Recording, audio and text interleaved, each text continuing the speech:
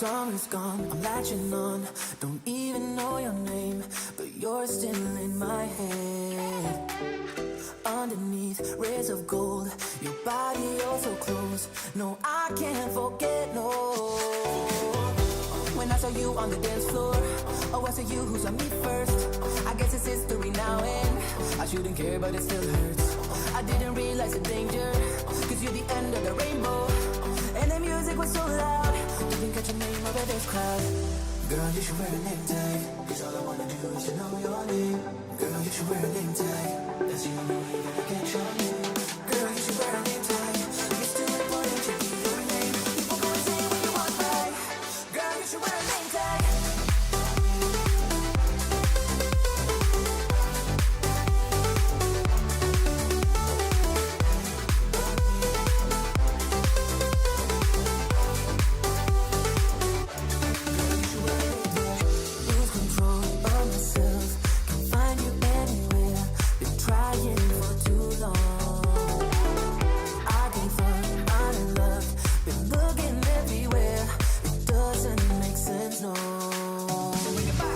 I need you on the dance floor, 4 a.m. and we go home.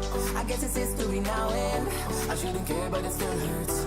I didn't realize the danger, cause you're the end of the rainbow. And the music was so loud, didn't catch your name over this crowd. Girl, you should wear a name tag, cause all I wanna do is to know your name. Girl, you should wear a name tag, that's the only way that I get your name. Girl, you should wear a name tag, it's too important to be your name. People go insane when you walk by. Girl, you should wear a name tag.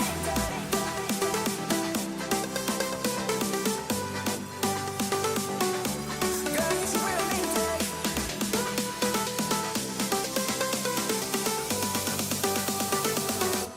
Girl, you should wear a name tag.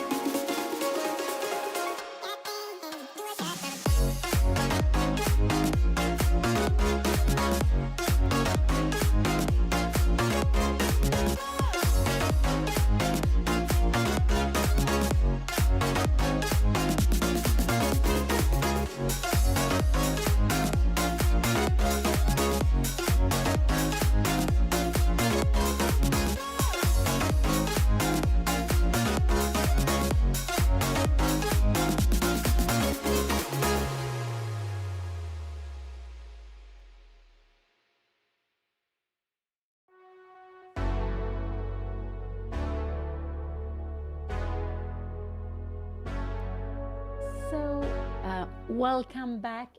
It's a new day, a new game.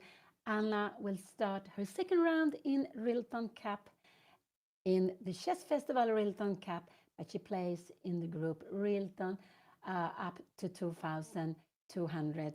And here we can see Anna on the left. We see also her opponent here on the right. Anna will play against a Swedish player, Gunnar Andersson from Stockholm. And he's actually born a year I like very much, 1963. You can even see it on his name, and that can look a little bit peculiar. But both Gunnar and Andersson is a very well-known name. So there are more players, more chess players with the name Gunnar Andersson. So to distinguish them, he also had his birth year on his name. So after the first game yesterday, Anna won her game. She was one of, I believe, 67 players who won their first round. And it's in a group of about 140 players. And we can see some of them sitting here behind Anna and her opponent. And so this is the second round of this, I think, very beautiful chess festival in Rilton, held in the heart of Stockholm in the Scandic Continental Hotel, just in front of the railway station. So it's very, very easy to get there. And actually, the players sitting on Anna's side, I believe they are not playing in Rilton Cup, actually, because I recognize some few of them.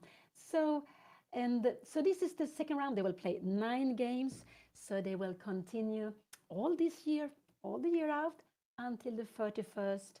And then they have a rest day and they will play the last 4 games next year from the 2nd of January until the 5th of January. And only 1 game a day. Long time back, that was the way of playing chess. Now this is not so common any longer. And here we see what here we see the shaking hands, what you always do before a game. You shake hands and then you press the clock and white start. Here we see e4, c5, the Sicilian. We see the knights coming out. And I also go out with a knight. Both knights are coming out. And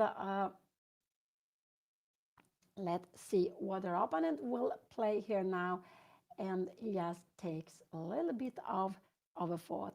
So, and you can also see them having score sheets. They have paper on the side. They have a red pen.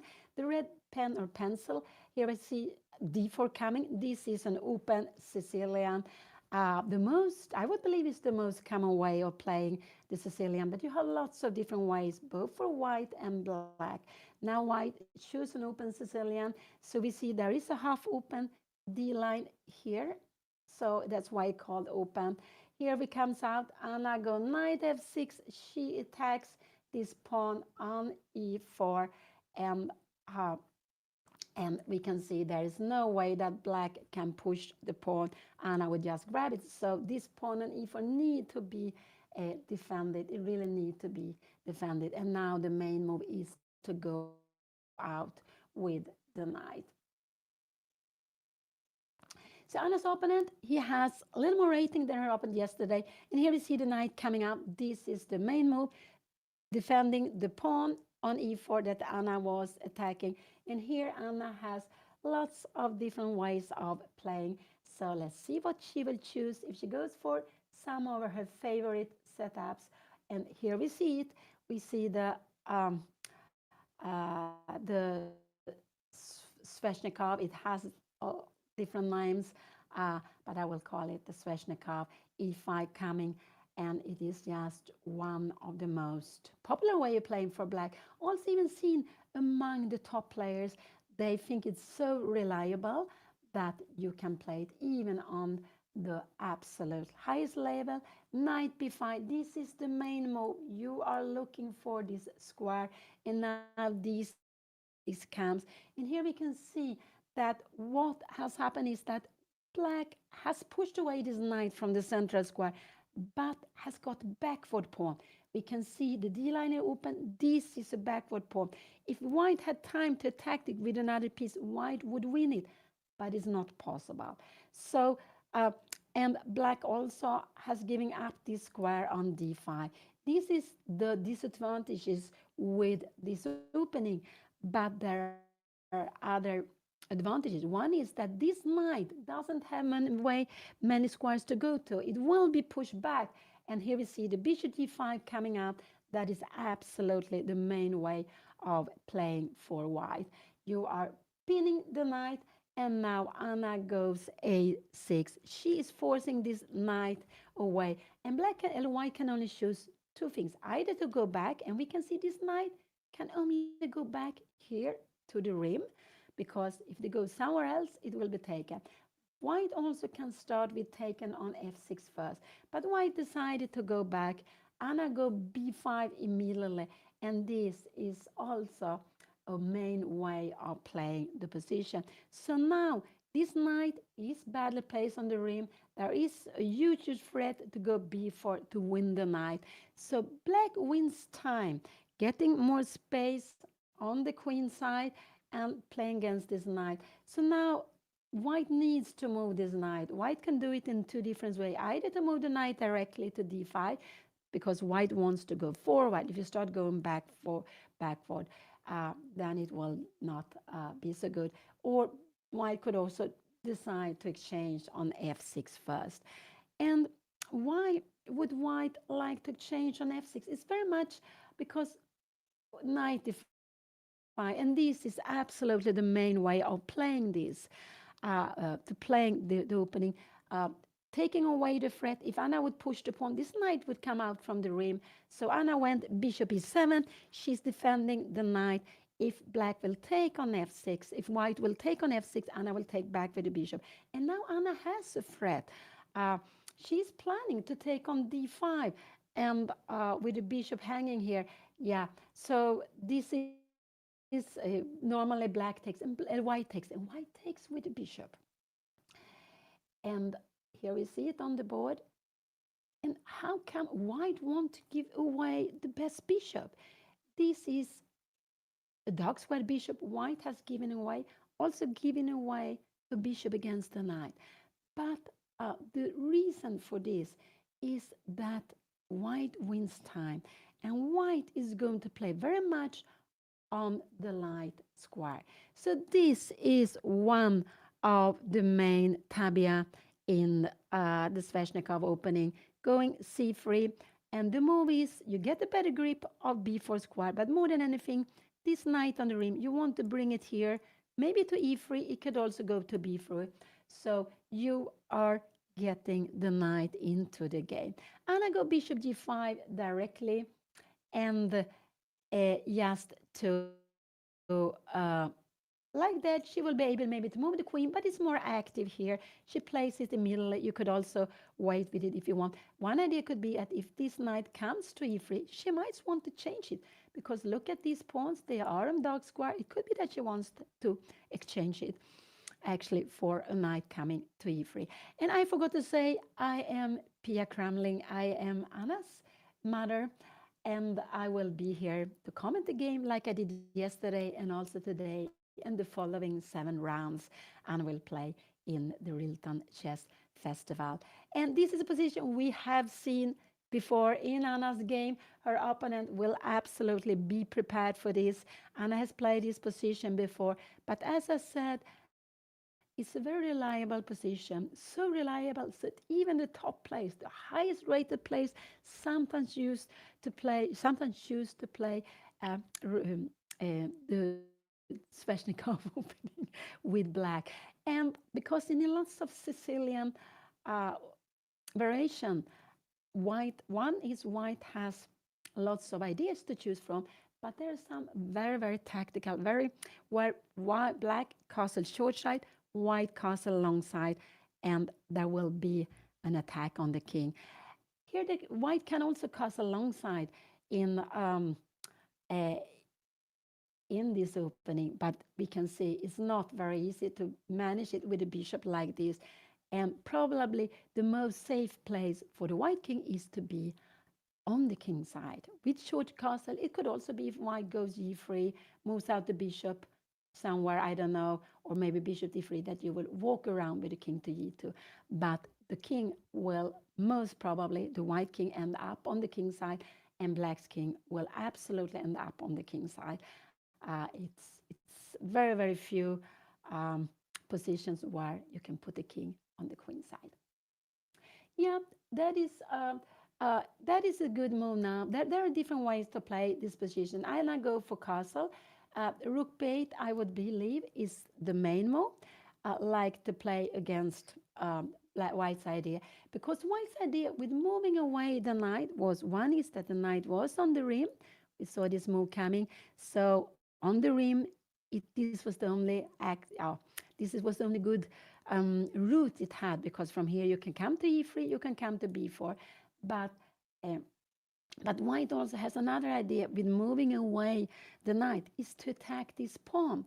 And so to attack this pawn, yeah, white many times like to go a4, and that is now only possible after the knight has moved away. So Anna could have played rook bait just a little bit to play against the plan white has. This is actually different openings ideas. I guess rook bait is, I think rook bait is the most common move, but castle absolutely also fine to be played. You can choose to play this position in different ways. Sometimes there are nuances, but sometimes it can change a little bit more. The move, what move you choose to do. Sometimes it can just be of transposition of move order.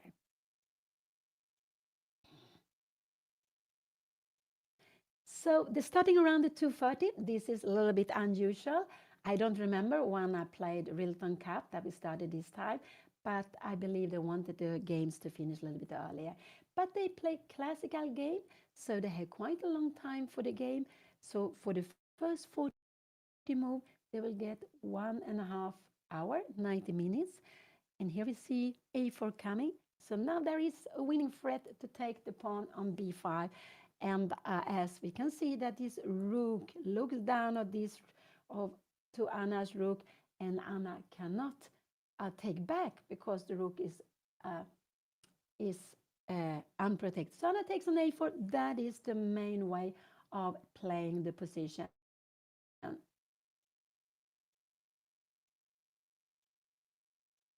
So Anna took here on a4, which is absolutely the main way to play, because otherwise, if she would have gone rook bait, this b pawn could have been a little bit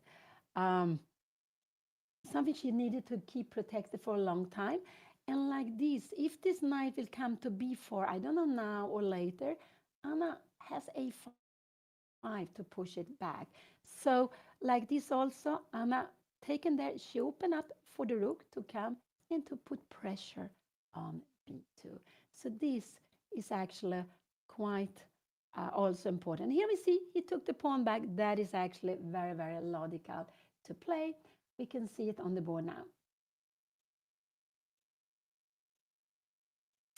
Anna can get a norm in this tournament, but she needs to play against 3 players who has at least, because then Anna would play for the Women International Master, is the first title after the title she has now. And then I believe it's the first title. And so she would play, then she needs to play against players who are Women International Master, who has the title above that. So if she play against players who are FIDE Master or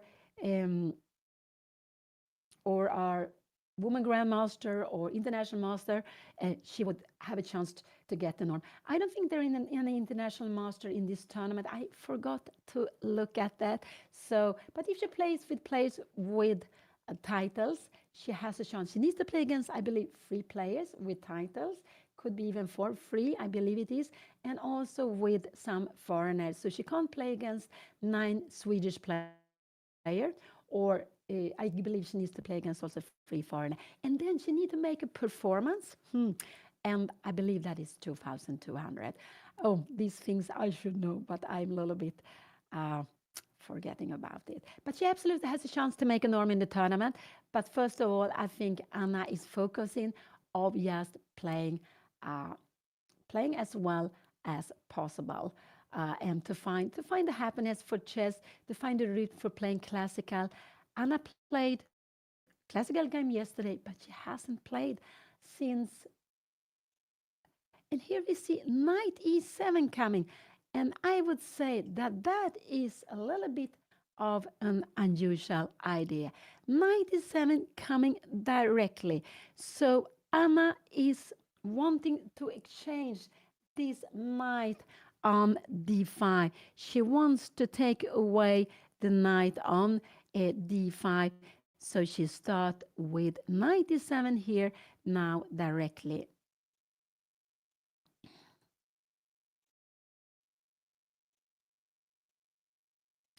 And if so, this is her plan. White has a good grip of d5 square. So Anna is just planning to take away at least one of the knights. If black would go, white would play this move. She could absolutely take the knight and taking back.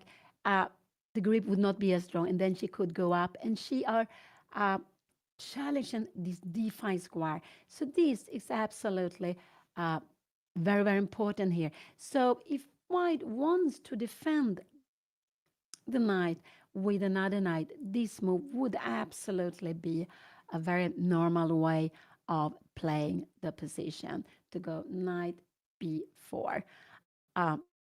Yeah, so because if white goes this way, Anna has the chance to take away one of the knights.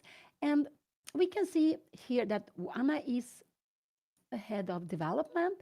She has developed one, two minor pieces. This one is still standing here. It would be better on b7, maybe sometimes on e6, but now we need to keep an eye on this pawn. We absolutely need to keep an eye on the pawn. So what I'm a little bit here wondering what is going to happen now. Uh, yeah.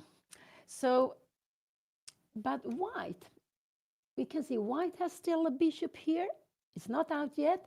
So to get the king into safety and to be able to use the rook, this rook is very passive. Anna needs two moves.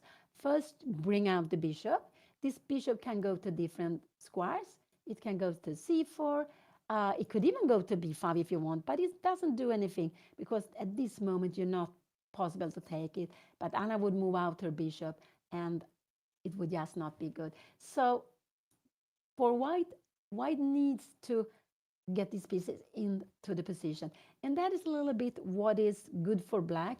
White is still behind with development on the king side, with the king side, but white has some targets. White has some plus. We have this beautiful square, sorry, not this, the beautiful d5 square to use for a piece, a knight. It could be also a bishop. I would say that the knight is stronger here. It's a beautiful outpost. It's also in black's camp. We have this pawn, which is pass pawn, and which is a pass pawn. No, it's a backward pawn. It would love to be a pass pawn, but it's not. It's a backward pawn. And that is something, it's a long-term disadvantage. But black also has not only that you're ahead in development, you are planning something to go rook b8 to use in this square.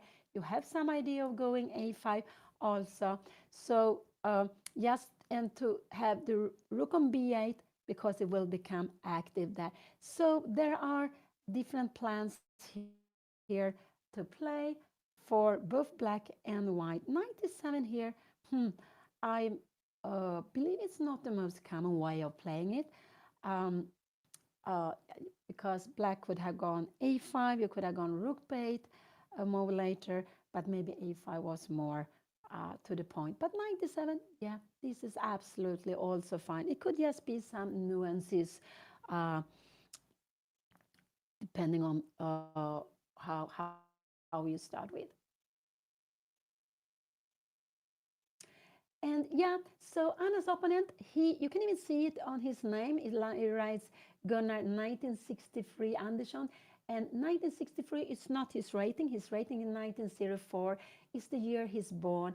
And it's because Gunnar and Andersson are both very common first name and last name. There are lots of, and here we see Bishop C4 coming. I would just say now that I think A5 is a move I would like to see on the board here now. He goes Bishop C4, and it's, but yeah, but Anna can also play it in a different way. Absolutely. So if Anna will take here, he is ready to take back with the bishop. This is actually what he wants to do. So what could Anna think of the play here now? I wonder, she can go bishop b7 to put more pressure here. She can go a5 just to start taking control of this square, which could be important. She could go rook b8 also to put pressure here. So there are some different ways of planning, of playing here for Anna to think of. Bishop c4, I would say that was one of the uh, move for black, for white to choose from. It could be that this is the most common way to play for black. And now, if Anna would, Anna needs to a little bit look at this pawn. If she go bishop d7, she will always have to be careful that this might be a possibility. But maybe we can go like this here. We have queen b6. This looks very good, but there is a problem. We are attacking the bishop, we are attacking the pawn, but white keeps everything under control like this. It looks like it. Can we try something more?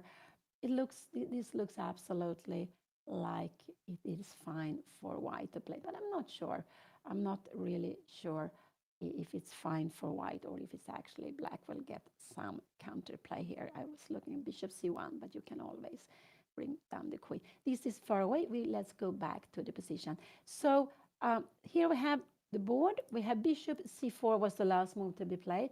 I would say that the moves Anna needs to consider here now is knight take on d5. I would probably prefer to wait with this move because bishop will come. She will need to move the way the rook, and there will be probably knight before with some threats here on c6.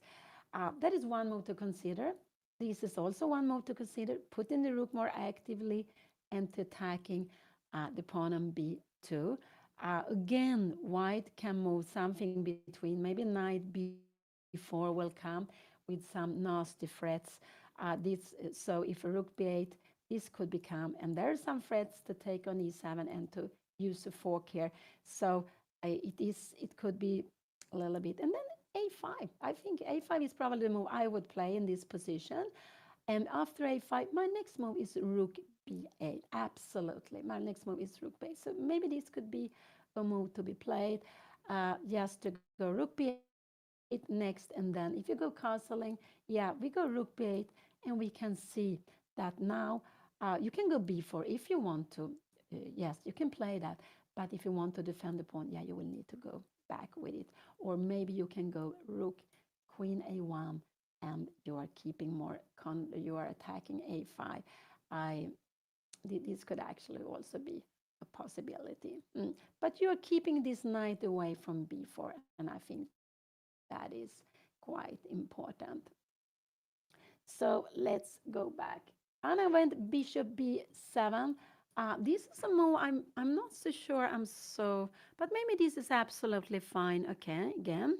And what she is planning to do is maybe she's planning to take on d5 even two times and then go queen b6 and put the pawn on b2 under attack. That could be a possibility. But I think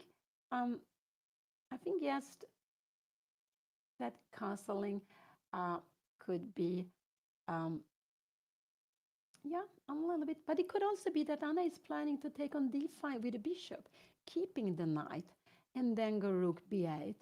So that could also be a plan. I think that's actually maybe a quite fine plan to be played, actually. Taking with the bishop, and then rook b8. So we have bishop b7 on the board. That was played. It came very quickly, I would say. Anna has only spent 1 minute plus 7.5, 8.5 minutes, 9 minutes for the first 15 moves. I must say that has been very, very quick. And it is a saying that when you know the moves, play out them quickly. So when you really need to calculate, you have the time for it, and especially when you are getting close to the time control, when lots of time you don't have enough time.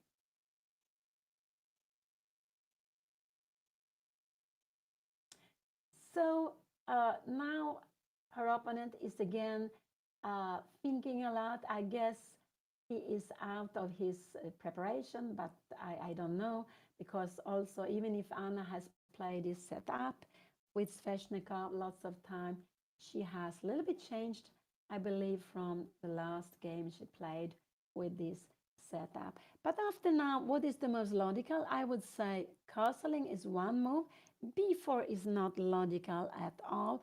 I would say if you go a move like b4, you would, if you push the pawn here, just to try to make a grip somehow, you will get weak. This c3 pawn will be weak. So by now, yes, by now, this pawn is very good, keeping c3 pawn well defended. b4, and I could just try to put some pressure here on the c line. So what is move? For me, I would say castling is a move. Knight b4 could be a move also. And then the idea is to change on e7 and then put the next knight on d5. That could absolutely be a move also.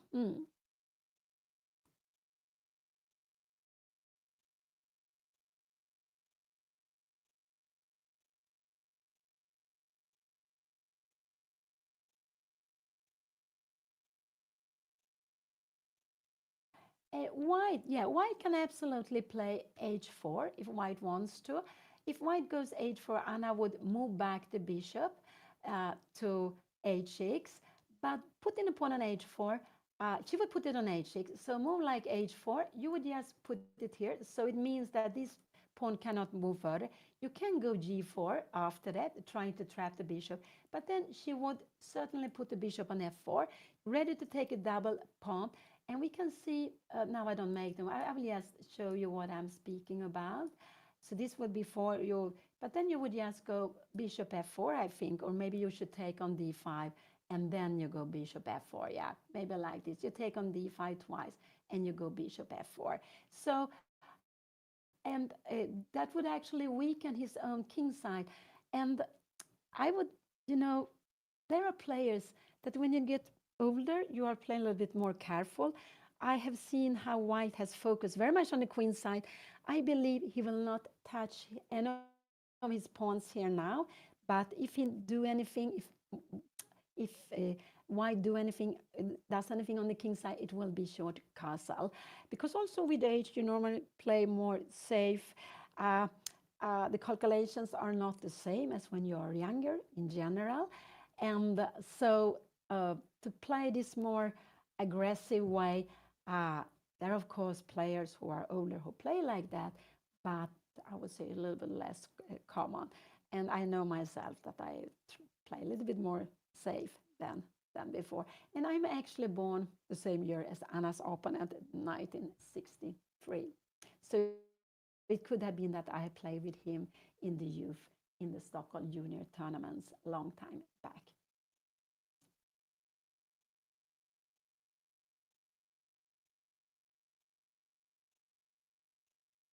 But before, we couldn't keep the game so well. We had our score sheet. We always had a copy. So we gave the original score sheet. I think it's, I don't know if do it like that. We gave the original score sheet for the organizer. We kept the copy. And I know players who have kept their score sheet for the whole life. I have kept some of them. I have lost some of them, unfortunately, too. So I don't have score sheet of all my classical games. And then, of course, there have been lots of rapid and blitz where we don't, in general, take notes of our games. So, so this is the second round in the Rilton Rilton Chess Festival. Anna plays in Rilton up to 2200. The highest player is the German player, I forgot his name, with 2199. And then there are about 140 players. Anna has number 26. I believe she's seeded 26 among all these players. I'm not sure about her opponent, but yesterday Anna played against a Swedish player, a young Swedish player. I think he was born 2007, and Anna won a very nice game in the Queen's Gambit decline and kept in control the whole game.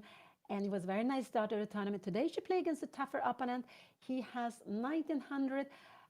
But we shouldn't forget that I don't know his peak rating, and when we get older, our peak rating normal has been before. So I have no idea his peak rating.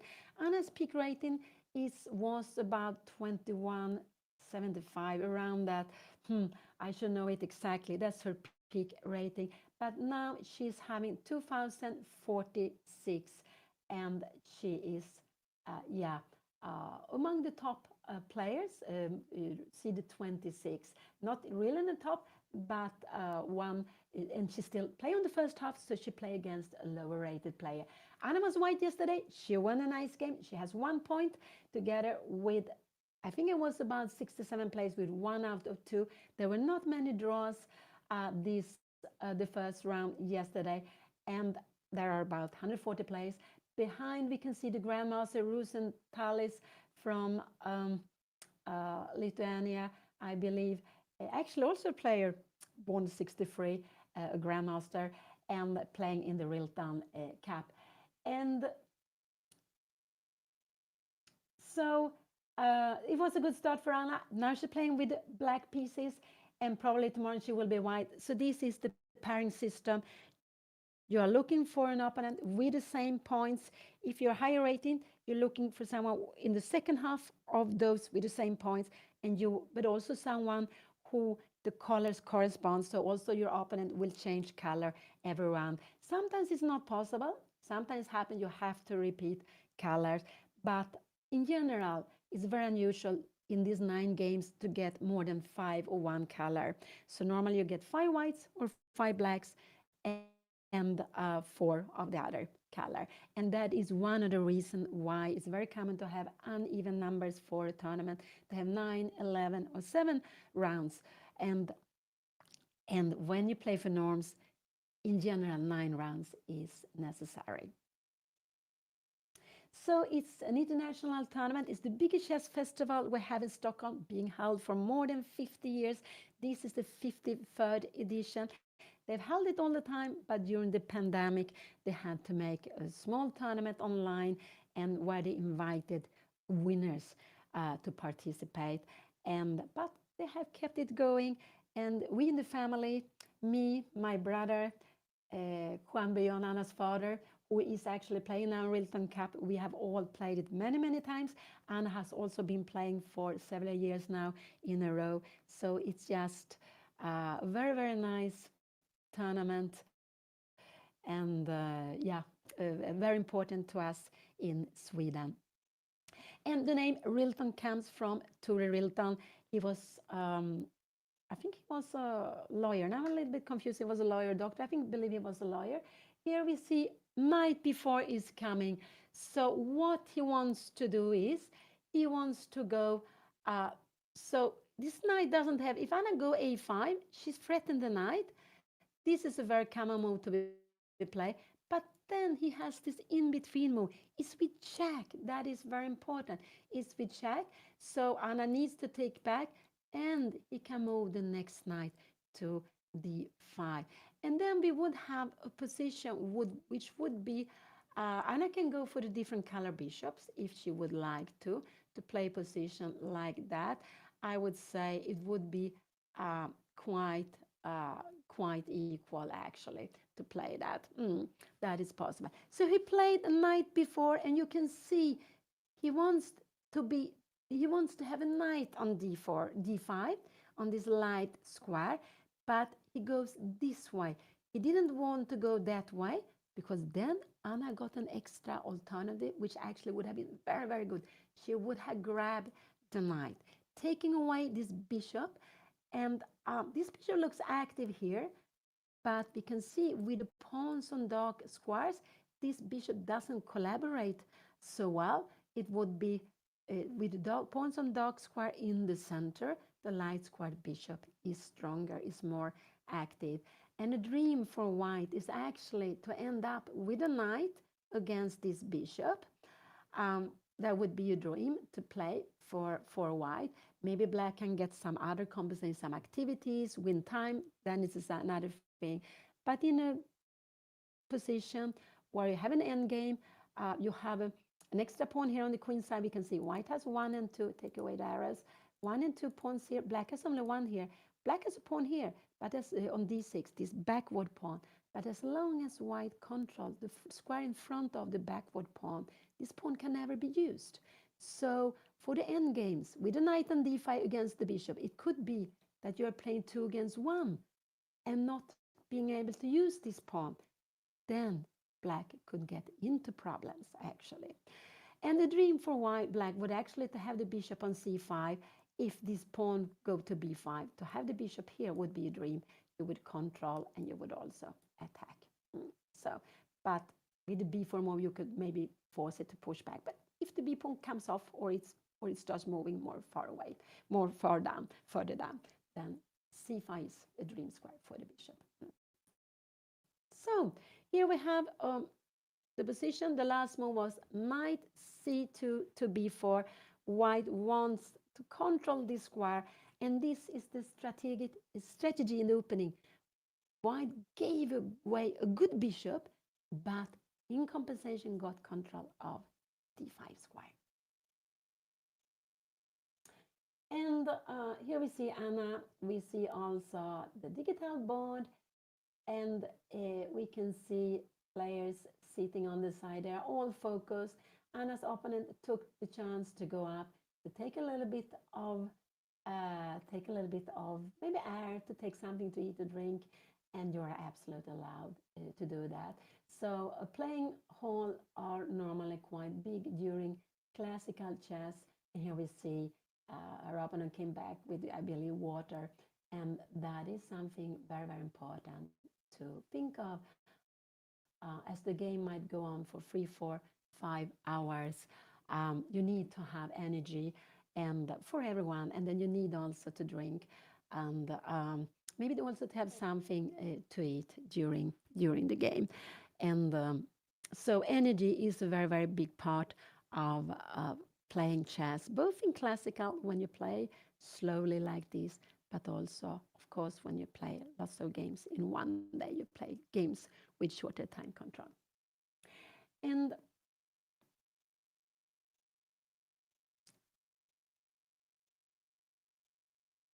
so Anna is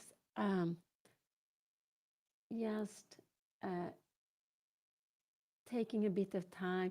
We can see their opponent. I just saw it now. He has spent like 15 minutes plus those 7.5 minutes, 22, 23 minutes for the game. Anna has spent 6 plus, 12, 13, 14 minutes for the game. But they have been playing out the most quickly.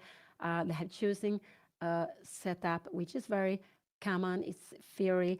If this still is Fury, I would believe so. It is. It's a very investigated line. Also, when it's played, also up there in the very, very top. I remember was the World Championship match between Fabiano Caruana and Magnus Carlsen, where Magnus actually went for the Sveshnikov, but Fabiano, he chose to play differently than we see in this game very early on. But Magnus chose it for a World Champion match. It shows how much confidence the top players has in this opening for black. So here it is. Here we are in Stockholm. Anna is in where the Rilton is being held in the Hotel Scandic Continental in front of the railway station, and staying here. And it's 2:30 p.m. Central European time. So it is, no, it's not 2. Now it's already 3 o'clock. Half an hour has already passed away. And it's with chess like that. You you don't understand how time just flies away when you play.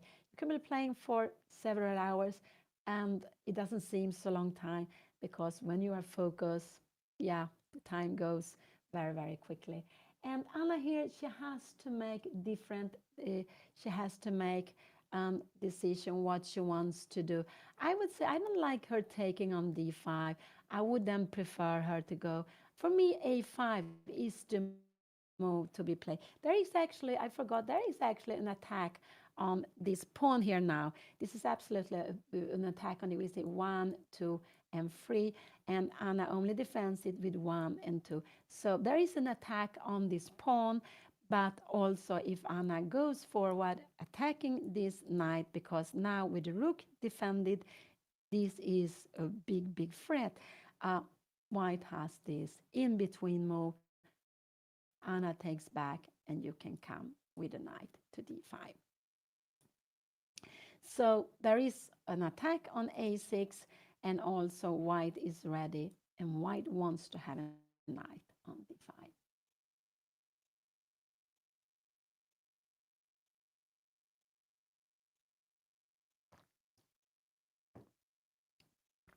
What more moves can I see? I can't really see more. You can take here, but white to take, oh, you can take here. But then you give more options for white. I think this is a very good move. Remember what I say. This is the dream for white to play this knight against the bishop. You allow white to take with the bishop, and you will get this dream position with a knight against the bishop. This would absolutely be a mistake to take on d5. But you can go a5, the move I would like to play.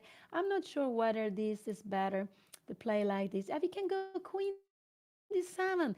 This is beautiful. The idea is after you go knight b6, we can go queen c6. And if you go here now, we have this move. And the idea is if you go here, oh wow, look at this. We are grabbing everything. No, you need to put something between. Maybe you go bishop e2, but we're putting a threat here. We're keeping the bishop controlling here.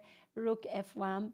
And after that, I'm a little bit, yeah, we need to go bishop d8. We don't have time for this because there is a rook g4, but this is very, very tactical. So I would say here, queen d7, it's a good move to be played. After castling, you can go bishop d8. But again, this is very difficult to choose. And the idea with this is actually that we are planning to take on d5. Let's see you make some small move. I think we are just, maybe can we do like, we can also go bishop c6, forcing you back, and maybe we even can go now rook b8, and we keep track on this. This is actually a very good plan to be played, keeping the both bishop. I was very, so a5 is the move I really want to see on the board. If Anna plays something else, she cannot take on d5, then she will get into big, big problems. And if you go a5 here, you take here, let's say we take with queen, yeah, you don't have time for this because we would just grab you here. And if you go knight d5, queen d7 is the move. We can also go here, but then we lose time. This is actually a better move, but it's very difficult to see all this. I take this again very, very long. There is a threat also here. We need to take the pawn on g2, and we are threatening the rook. The rook needs to go away. And now this extremely, extremely difficult move to be seen and to evaluate. Because now the knight is trapped. We're going to take it next time. You can, if you go b4 like this, we can, yeah, just take it. We will take here. You don't have, I don't know, if we go queen a1, I guess we will just take here. We are getting so many pawns. So this knight, we cannot take it, but we are getting so many pawns. So this is just very, very good for black, even with a whole rook down, because this is not coming out. So let's go back. And the king is very unsecure. So let's go back. This is so far away from the position, but I really want Anna to go a5. Anything else would maybe scare me here. She can try to go king h8 and f5, but I do want to go a5. I don't want her, because also her opponent, king h8, I don't know if her opponent can go after the pawn. It could be that it doesn't really work. There will be some tactics, but one is that it's a little bit looking here, but more than anything is that I don't want to allow white to exchange this bishop for that one. That is very important because this knight will be exchanged soon, and then black will remain with this bishop. We can remain with this bishop against that bishop. That is fine. Different color bishop. That is absolutely fine. There are lots of heavy pieces on the board, so it's not a dead draw. Absolutely not. It could become a draw, but it's not a dead draw. And that is absolutely possible to play with. Preferable, we should keep both bishop against these two pieces. So with two pieces, you, you have the bishop pair. It might be an advantage longer. It makes black's position more flexible. And that is why I want Anna to go a5 here. Really, really would like her to do that. Ah, yeah, I went a very, very long variation. I've showed it twice now. Uh, yes. So I can just show it one more time. Going a5, the move I like here, it's better to take. You can also play like this, 95, and again this move. But yeah, this is maybe easier to see now because here now when you take this is actually so much better, like this here, because now we have time to take here. If rook e4 is nothing because the bishop is e7, we are just coming back or anything. And here we have, let's calculate the pawns. We have two pawns, exchange them, but two pawns. This is excellent for black. And if you go like this, we can go bishop f8, bishop f6, maybe also g6, but like this, we keep everything under control. So the line I was looking at, I will just show it the last time, and it was like this, queen take e7, knight d7, with the bishop still on g5. So take him back with the queen. Queen d7 is a good move because you're coming up here. You are more active here. And after knight b6, you made a fort, we have check, bishop comes. There is a threat on the queen, and rook f1. And now we cannot play this because bishop is here. You have rook g4 and you pick up the bishop. But we have this tremendous strong move, bishop d8. And black is, it's fine for black to play. But if black wants to play this position, I would say it would be better to take with the bishop on e7. But anyway, it's not easy to make uh, that choice. But I think a4 is a very natural move for me to make, not to give white so many options. Forcing white, you are also defending the pawn, and you are, yes. So it could be that Anna is calculating the variation we saw. But it's so important that Anna doesn't play a slow move, doesn't take on d5. And after that, I don't really see so many other moves she can do here. Going here, her opponent could just take on a6 here, because if you take back, we just take like this, and it would be just completely lost for Anna. We see two pawn here and tremendous knight. This knight will come off, and you will play with a fantastic knight against the bishop, and you have not two against one, you have two against 0. This would be winning. So, but there is no point to put the rook on b8 with so many pieces here standing and without having this important pawn defended.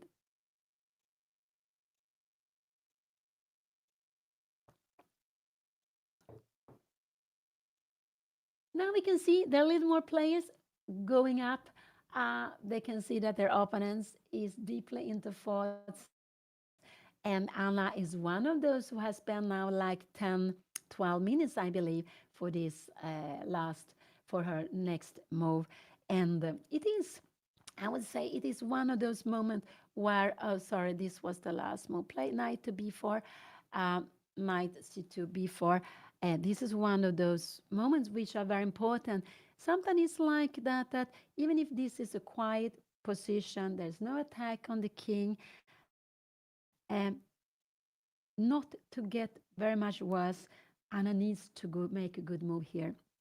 And if she goes wrong, she could get into an endgame, and not an endgame, into a position where this remains against that knight. And this is a little bit of dream scenario for white. And that is something always to think of.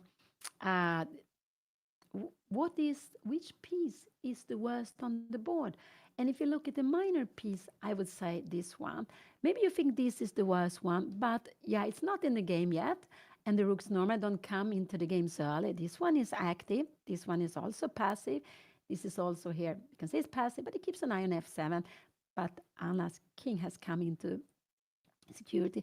But this one is actually not so good. And it's again these pawns on dark squares. So playing with this bishop, the bishops are, they only play in one color.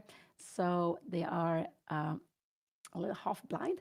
So playing against the knight would, with a knight that is not only a strong knight, it can become an outpost on d5, could be just very difficult for black. So Anna is not allowed to white to exchange this one for the bishop on b7. A5 is the move I would like to play because it forces. One is you defend the pawn, but you put the pawn will be better on A5 on a dark square, actually, because then the bishop doesn't attack it. It's actually better here on A5. And then you afterwards, maybe you can go bishop C6, you can push this back, but you keep the pawn on A5, so you control B4 square, so there will not be a knight coming there again, blocking the B line, because the B line black will need to use for the rook. Black will need to use it for the rook to put later on, not in this position, but later on to play against the B2 move pawn. And if the B pawn starts moving, yeah, then white will try to play against the C3 pawn. So that is the strategy.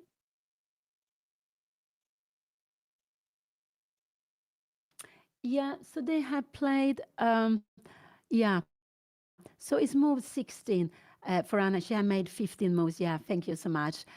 She has made yeah, it's move 16, yes, for black here now. So,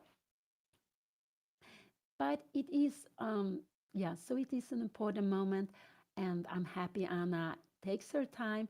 Just hope she will make the right decision here. And it is a very important moment now for her. So yesterday Anna played against a Swedish player, a young Swedish player. Today she plays against an older player. He's born in 1963 and is from Stockholm also. So 2 rounds, 2 Swedish players. That's quite unusual. And I could see that in the whole RILTON festival, there are 45 nations playing. That is quite amazing, showing how international chess has become. And in the in RILTON Cup, for players about 2,200, there are some exceptions. I think there are about 160 players. The number 1 is Anton Levchenko from Slovenia. Number 2 is John Ludwig Hammer from Norway. And then number 3 is Chinese player. Was it Jung Chi? I'm a little bit unsure of his name. I believe he played for China. It was a very Chinese name. So there is, I think there were 3 or maybe 4 players with more than 2,600. I'm sure who was number 4 in the tournament.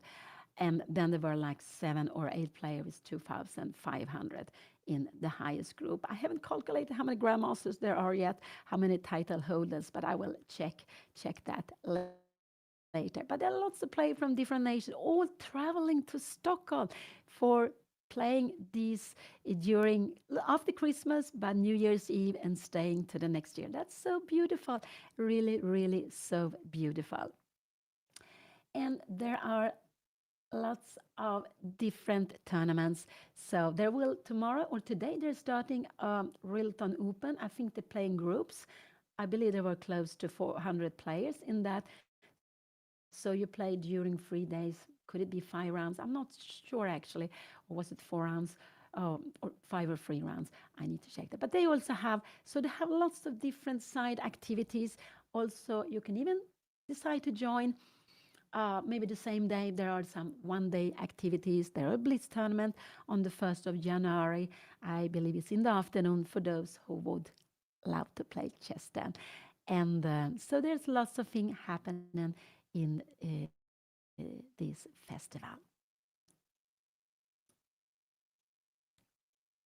And behind we can see Juan Billon, Anna's father. He is just standing there very far away, and he's walking around during his game like you are absolutely allowed to do.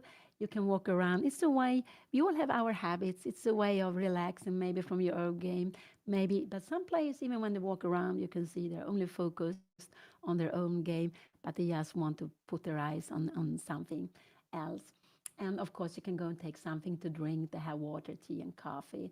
You can also eat something if you go a little bit away. And from far behind, we can see Oleg Romanishin. He's sitting there to the left, and he played in the Olympiads. And he has made medals, both, I believe, individual and with the team. I guess first with Soviet Union and then with Ukraine. And he's also playing. So that's very, very nice. We have some legends playing in the tournament too, uh, and lots of interesting players. I guess it will be maybe like 600 players in all different groups together in the festival during these 10 days it's being held. Anna is taking lots of time. If I would be a blunder, if I would be losing the game on spot, you give a check and it's a double check, so you can't do that. If you want to go for h5, you go king h8, but I don't like this move. I don't like it. If you go here, maybe can we not play like this? Here and go bishop d5.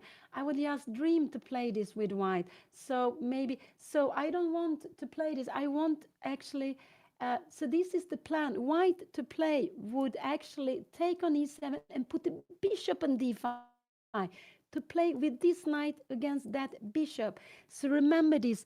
Always try to think of what pieces do I like to keep on the board? What piece do I want to have? Uh, on the board, what I want to have and what I want to trade. This is very important, and it could be good to think of which are the worst pieces or which are the worst piece uh, on the board, and also, of course, your plans and what my opponent want to do. But this is very, very important. And here we can see white has a clear plan. One is that white is looking at his pawn, but white also has a clear plan of exchanging on e7 and going bishop d5.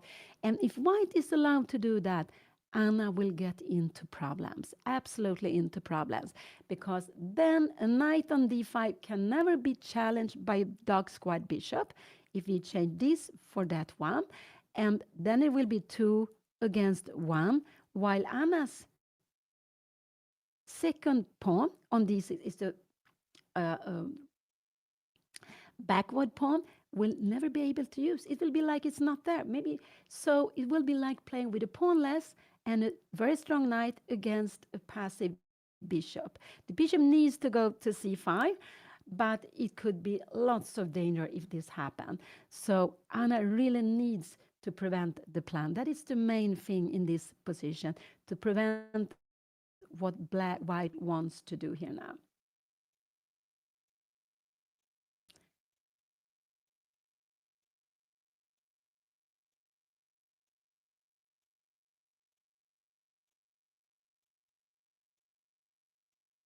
So, and that's why I want her to force the position, to force the knight to d5 without having time to change here.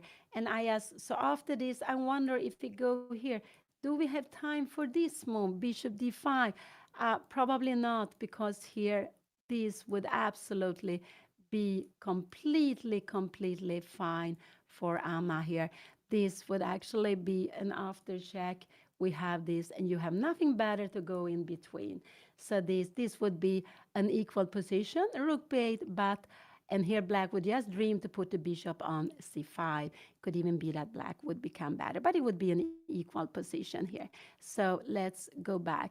So, so but I don't see any other good move for Anna than a5. That is the only move I can see for her. Absolutely the only move I can see for her to play. A move like queen d7 would be just disaster. I guess we go knight b6, and the queen has nothing better than to go back. We cannot take, we cannot reach c6 because you have knight takes c6. So this is absolutely no point because we see that this rook on a4 is defended by the queen. So queen d7, you were looking at the rook, but doesn't really matter. And also with knight b6, we are defending the rook, but it's already defending, and we're making a fork like this. So queen d7 is not a move here now. So it's not a move. And white plans to take on e7, go bishop d5. And if white is allowed to do so, that will be just big problems for Anna. I would say that if Anna plays a5, even if she spends half an hour more, I don't mind. But I just want to see a5 on the board. And that's the reason why, yeah, I am not sure. We take here now, queen here. Can we go bishop d5 here now? Yeah, then we have, this is our idea. This is actually not, this is absolutely fine. But is this fine to play?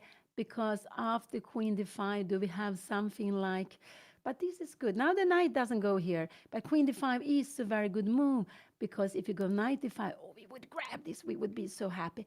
And if you go knight d3, you can see the knight is very passive. And now we would just go f5.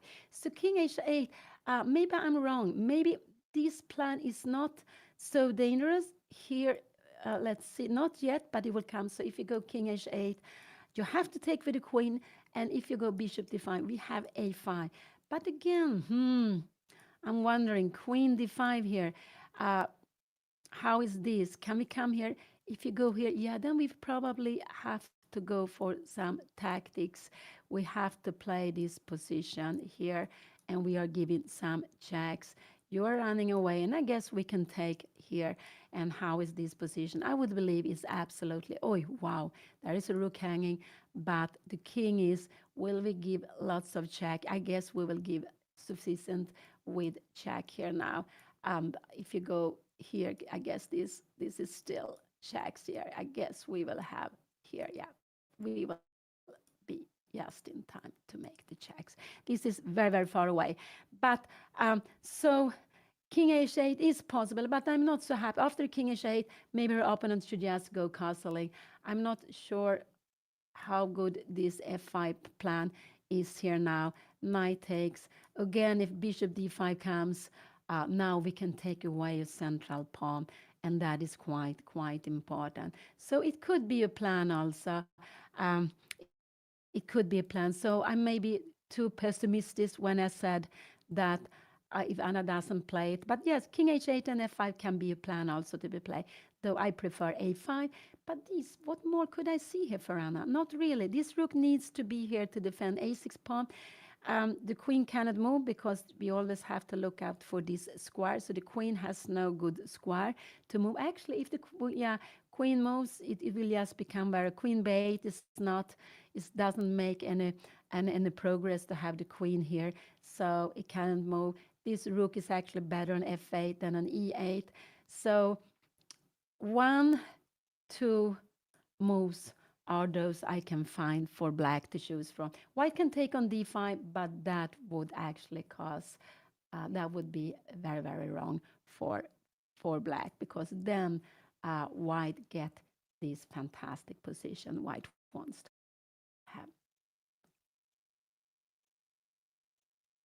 have. Yeah, we could go g6, king g7, but it looks very, how we just keeping a whole knight d5 here now, and we needs to come back here. I wonder, can we go here? Now you get this h4 coming. So I'm not so happy to go g6 here. Also, if you want to go f5, it will, but g6, because then you also have this idea with h4 opening up. G6 becomes a hook, and oh, sorry, now this is the position. Here we have it on the board. So yeah, it's because it's very slow. To play f5, to go with the pawn, you need to open up here. And I am very concerned about the queen side, that white will not be be able to manage all white once on the queen side, because the danger black can cause on the king side is not so much, because all these pawns are haven't been moved. There is nothing to target here. White is very, very solid on the king side. So that's why I like to make this idea with a5, just to improve on the queen side, and also force the knight to d5.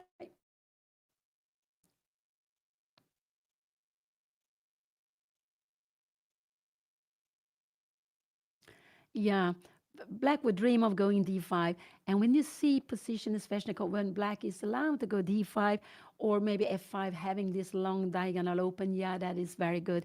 But white is keeping such a grip of this square. So this pawn is actually a little bit like being without a pawn, but it is valuable because this pawn, d6 stop c pawn, without the d6 pawn, this pawn would actually be a pass pawn. It would be an extra pawn, but it also would be a pass pawn. So it is valid in that way that these two pawns, this pawn, they can be pass pawn on b5 if they go b4, c4, if you go b4, c4, and b5, but you cannot get or if you go c5, but this makes, it stops the pawn being a pass pawn on the c line. So it's valuable in that way, but it's a backward pawn. And with a knight on d5, you can't use the pawn, but you can at least stop a c pawn coming here. Anna has spent a lot of time. She's down to 50, 60 minutes. And now I'm getting a little bit worried. So how much time has she been spending? She has spent like 20 minutes. Yeah, so maybe that is still fine. Is it 20 or 30 minutes? I believe she has spent like 30 minutes, and that's quite a lot of time. I remember how the grandmaster John Nunn from England said that don't spend more than 20 minutes on one move. You will just keep on calculating the same things over and over again. And so yeah, no, it's not a good idea to come back here. It would not. This would be, you can, I think we just can go here and we could just take the pawn here, can't we? And black is just lost the pawn. Maybe now, yeah, maybe, yeah, this is, maybe we can play this. This is actually true. Queen b6 and bishop b1, and we can try to play something against this pawn here now. Bishop b2, c4, and no, this is actually a blunder here now, c4, because we have a check here, and we are actually getting a king, which are not very good placed here. So even with the pawns less, we are doing fantastically. This is all very, very strong. So, but going back, then this plan of 97, Anna came from c6 for not many moves ago. So going back is a little bit like saying, oh, my plan was not so good. And then, could there be, and if she goes away, here to g6, yeah, then I guess you can just grab the pawn on a6, actually. I guess you can do it. Going here, maybe we can, I don't know, yeah, we can take knight, take a6, probably, yes.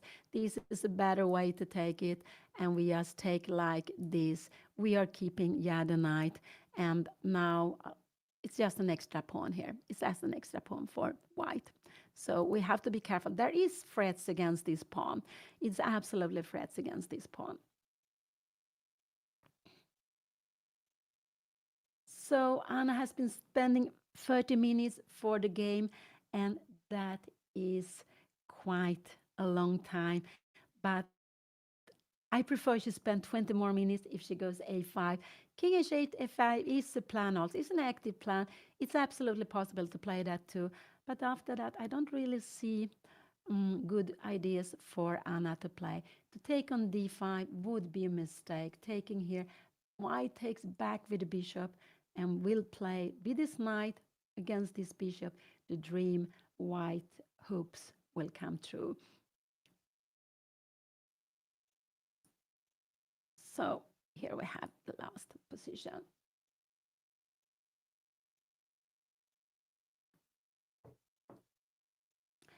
So Anna is now down to 53 minutes plus the half minute she will get for every move. So she has to make like 25 moves. So it's like 12 and a half minutes left. So it's like 1 hour and 5, 6 minutes with everything. But she has been spending quite a long time on this move, even though I think the time has passed very, very quickly. I'm getting a bit nervous now, I must say, because I feel this is such an important moment for Anna. Mm. And it's very important that when we play, at least for me, I'm trying never to look too much at the rating of my opponent. I know that my opponent can play certain, even if I play against a lower rated opponent, I know that in some certain position, it could be that my opponent knows the position better than me, that we get into setup.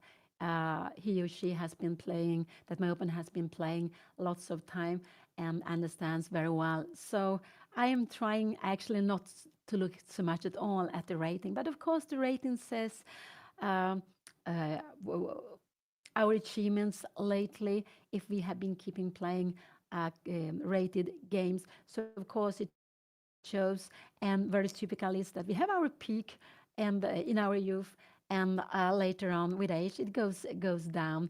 Um, uh, and then also, of course, there are different ratings. We have a rating for classical chess, and then we have a rating for rapid and for blitz. So we are actually having three different ratings. And so when we are playing official tournaments, which are rated, we can all go up, gain points, or if it doesn't go our way, to lose points in these different categories. But this is a classical tournament going on for 9 days with a free day in between. So they're playing 9 games in 9 days, but in actually 10 days with a free day on the 1st of January. Very, very well needed free day after 5 games have been played. And New Year's Eve, you need to have a rest. And then they will play the last 4 games next year, but in beginning of next year, finishing on the 5th of January. And I think it's so nice to see classical chess games with 1 game of day. What I have been used to play, the way I have been used to play during my youth for a very long time. But now the tournaments become quicker, uh, also because it's not easy for everyone to be away a long time. So, of course, tournaments with double round are very maybe attractive when you don't have so much time. You can play a whole tournament and maybe in 5 days with 9 rounds in 5 days, but it's a very hectic schedule and you need a lot of energy and be able to recharge the battery between the rounds. And sometimes be very happy when it goes your way, and when it hasn't go your way, just to take it away the game and to focus on the next round. So there are all different kinds of formula for chess, and I think that's very, very nice because it makes it easier for everyone to find their uh, tournaments they liked, which works well for you to play in.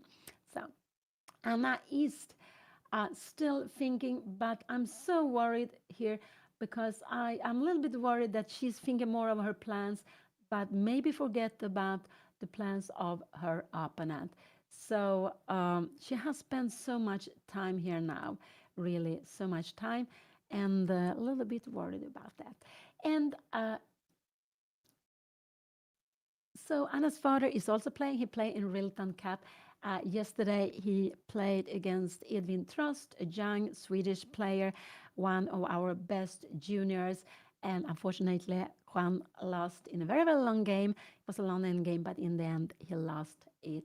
So he has 0 out of 1. And today, I'm a little bit unsure of. Now I think of the name of his opponent. But we are focusing on Anna's game, and she is also very focused, like her opponent. Both of them are sitting there, very much concentrating, thinking of ideas, thinking of what will uh, your opponent want to do. And I'm just worried about Anna's time. It's 40 minutes now. It could be it's so much long time. And again, not because of the time, but that she will go wrong, and then it can be actually a tough game for her. No, Anna hasn't forgotten that it's her move. It's quite clear. We can see how focused she is. So she is absolutely aware of that it is her to move, but she hasn't made up her mind yet. Yeah. Um, And that's why it's very good to sit and a little bit speak with the pieces or to speak about the plans, not aloud, of course, but for yourself. So it then will be easier to find the ideas. And now we can say we are in the middle game, so uh, the ideas takes normal longer time. The first moves we saw come out very quickly when you know them by heart. You have decided for a plan and you play them. But now Anna hasn't made up her mind how to continue. But as I said, a5 is the move I would love to see on the board. Force the knight to d5. So we keep this bishop. I want these two bishops to be kept on board. And then let me just keep them.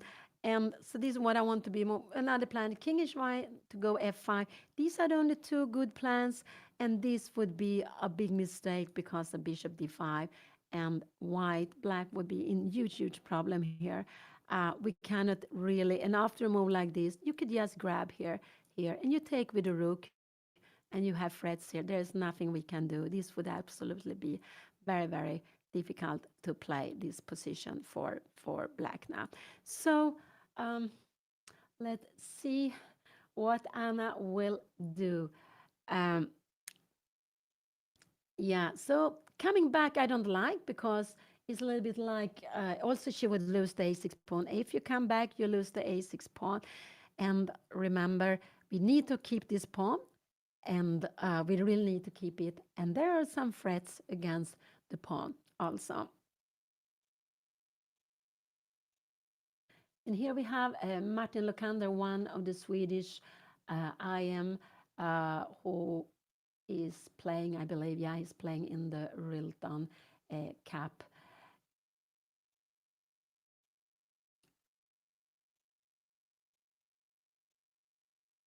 And Anna looked so focused in the center.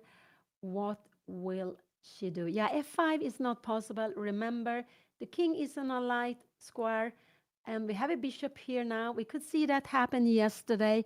For those who follow the game yesterday, that something really happened, which was not so good for her opponent. Anna played a beautiful sacrifice using the fact that her queen were going to give a check towards the king if her opponent took it. So it's not possible to move this f pawn with this bishop looking down to the king. It's absolutely would be losing the game on the spot. If black wants to push f5, you need to move away and you need to do it quickly. Don't play too slowly because white only need one move to castle. After castle, the rook will be in the game and white will be ready to put all the pressure on the queen side. This is what I expect white to go. Um, White to go. It could be queen d3 and rook a1 actually. If Anna is slow, or to play this plan that you take on e7 and bishop d5. But white is planning castling, I would guess queen d3 to keep control of d5 and then another rook to a1. This is a long-term plan. One plan is also to take on c5 and go bishop d5, trying to exchange the bishop for each other. But we could see that black has some interesting idea to keep more or less the position level with the queen on e7, defending the bishop. So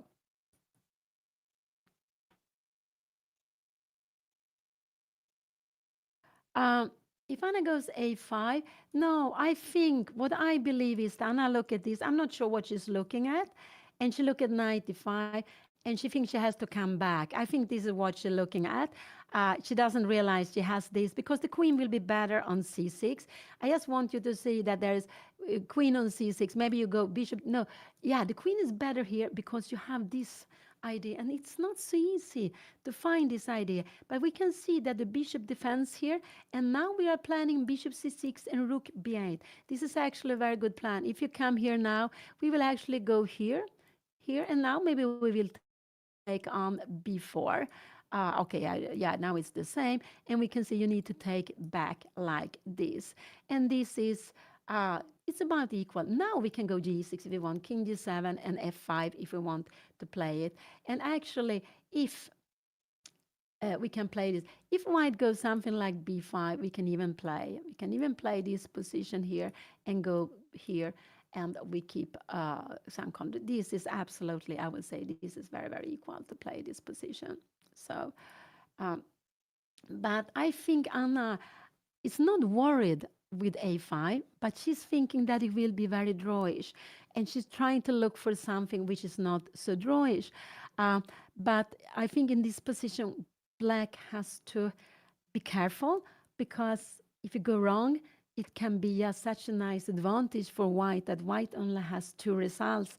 It will be very, very, very solid for white, a very good solid advantage. This is what I'm very worried about. And so I believe that Anna now sees that there are pieces coming to d5. Maybe we'll trade it off. Maybe will be different color bishop, but she doesn't have to change her bishop yet. But it's maybe not so easy to see. But I think she's more concerned about that the position will be a bit dry, but there's still a lot of life in it. And now I'm a little bit. Oh, she's on her way to move, and I'm a little bit concerned when you've been thinking so many times, because she has been calculating surely the same things over and over, but she couldn't make her decision. And what she plays now is, yeah, if you go king h8, it could be, can you take the pawn here now? I'm just wondering, can we take it like this? No, this is not good, because we have bishop take e4 maybe. This is absolutely not good. And if you go here, here, if you take it by this, we have, maybe we have f5. I wonder, we have also queen b5, and we have lots of threats. So with the queen on a7, this is not a threat. If you come here, can we go bishop takes here now? We can absolutely do that. If you take like this, we have, and you will stay with an extra pawn. Do we'll do it? Queen b6, we have queen e2, and you will stay with an extra pawn. So I don't think Anna is so keen to play this. Maybe this is possible to play, actually, but I don't think so. So it is possible to play when you have a different color bishop, but white gets a pass pawn here on the side. But with the bishop color different bishop, it is possible. You have some activity. Uh, Let's see. Now she is on her way to move. What will she do? What will she do?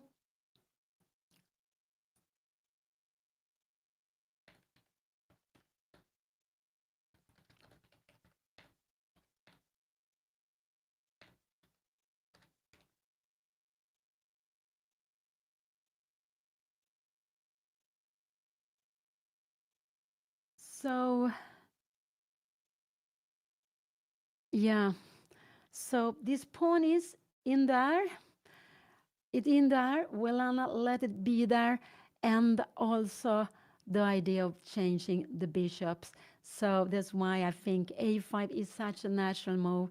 I said it many times. But when Anna has spent so much time, I'm quite worried that she will not play that.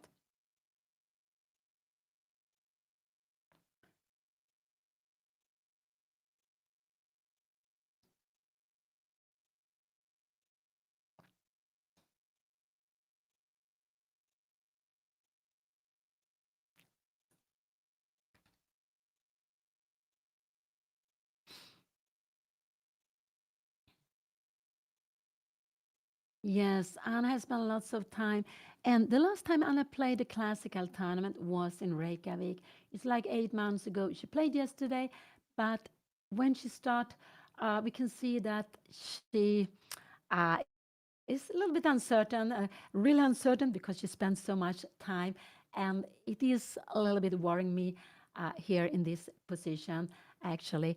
But she's down, yeah, she spent like 40 minutes for her last move, and that is very, very much time. I would say that is more than double that you should spend. And I believe Anna will leave the pawn on a6 when she is spending so much time. And what else can she do? I'm not sure, actually. What else can be she doing if she doesn't go a5? Yeah, king h8 and f5. This is what we have been looking at. It could be she will go g6, um, as has been one of the moves uh, suggested. but I don't like g6 at all. I think the plan is very slow because you can't go f5 before you move the king. And with g6, if you go g6, this could be your plan and you're creating a hook. So you will be able to open the h line also for the rook to come in when black. Though I don't believe her opponent would play that. If she would go g6, I believe her opponent will play castle. So if Anna does to play castle or to decide if he takes the pawn on a6, this is what I believe he will do. We must say that her opponent is very patient. He has been sitting there for almost all the time. We are all very different with that. And we can see that he is spending the time thinking of what is Anna going to play, how he's going to answer that. So he's very, very well focused on the game. We are all different with that. I also like to sit a lot during the games. Anna is also sitting a lot. And now she is taking a lot of time. And that, yeah, wow. Ooh, I'm getting so nervous here now, really. And what more could she be thinking of? I think actually she is a bit concerned that it can be quite a position which can be quite equal, but Sveshnikov is like that. Lots of openings with black is like that. First, you try to get an equal position, sometimes in equal, very interesting position. The chances are level, but lots of things can happen. Sometimes it is, now she's on her way to move. Will she go? No. No, she's going to go on the king's side. She's going to go on the king's side. I can see that, and I'm so worried. I can see her hand coming up. Here we have Kulavs, one strong player, a grandmaster from Estonia. I guess he's over 25. I'm not sure about his rating now. I played against him some times during the raid. Will she go a5? I do hope so, but it looks like she will take on d5. Oh, I'm so worried. It looks like she will take on d5. And oh, so nervous to see her here now. But she's on her way to move. She needs to move. But I just do hope she will go a5. But she is checking her plan. Does it work? Will it be a good plan? She's calculating, and she will probably do the move she has planned already. But I do hope it's a5. But I'm not sure. It looks like, from me, it looks like she look. No, here it comes. Here it comes, and it looks more on the king's side. She played knight c8. This is a very strange move. This is a very strange move. It was not the move I had calculated. Her opponent can absolutely take the pawn here now. And her idea with that, because it's an idea with the move, is that she wants to go a5. She wants to go a5 and don't let this knight have any square. This is her plan. So if her opponent doesn't take the pawn, Anna will get a very fine position. But I don't see what happen if you take like this. I don't see what is the point here. Now this is just very bad. And if you take like this, the plan is you can't take with the queen. We have knight b6. This is what she's planning. After this move, can we go? So she wants to take here. You need to take here now. And she wants to go knight b6. But we will have this position we were looking at. You can go queen a2, but you can also play like this. We have queen e2 here now. And yeah, bishop c1. So she played this move. And knight c8, yeah, I didn't look at it. It was a bit of a shocking move. And I'm very worried if he takes. He has only 2 moves to take with on a6. And we can see how he's looking at the queen side, how he's looking at the queen side. So she has been calculating this for a long time. And there is an idea. She wants to go. No, I don't understand the idea, actually. I don't understand the idea. Yeah, no, I understand. Sorry, I said you before. She wants to go a5, kicking the knight. So if you go castling, Anna will go a5. And now, if you go back, knight d3, she wants to go knight b6. And we have the dream position for black. We have a dream position for black. You don't have this grip of d5. So this is what she did. Wow. But so if white doesn't take on a6, Anna will be absolutely fine. She will have a nice position. But if it takes like this, we need to take on d5. And the point is, you cannot take like this. We have knight b6. And whatever you do now, Queen a5, we take, you take, and we are doing very well. We can even go d5. I'm just wondering what is happening. e4, castling. Why is this such a good? We are taking up the position, and probably we have some getting some activity here. We have a huge threat, bishop f4, and we can see how this is pinned. This is very, very far away, very, very far away, but even if white has free pass pawns. So this is what, so if it takes with a knight, what will happen then? Can we take here now? Bishop takes, we go knight b6, and now you have this take. Wow, what will happen? We need to take back queen to queen.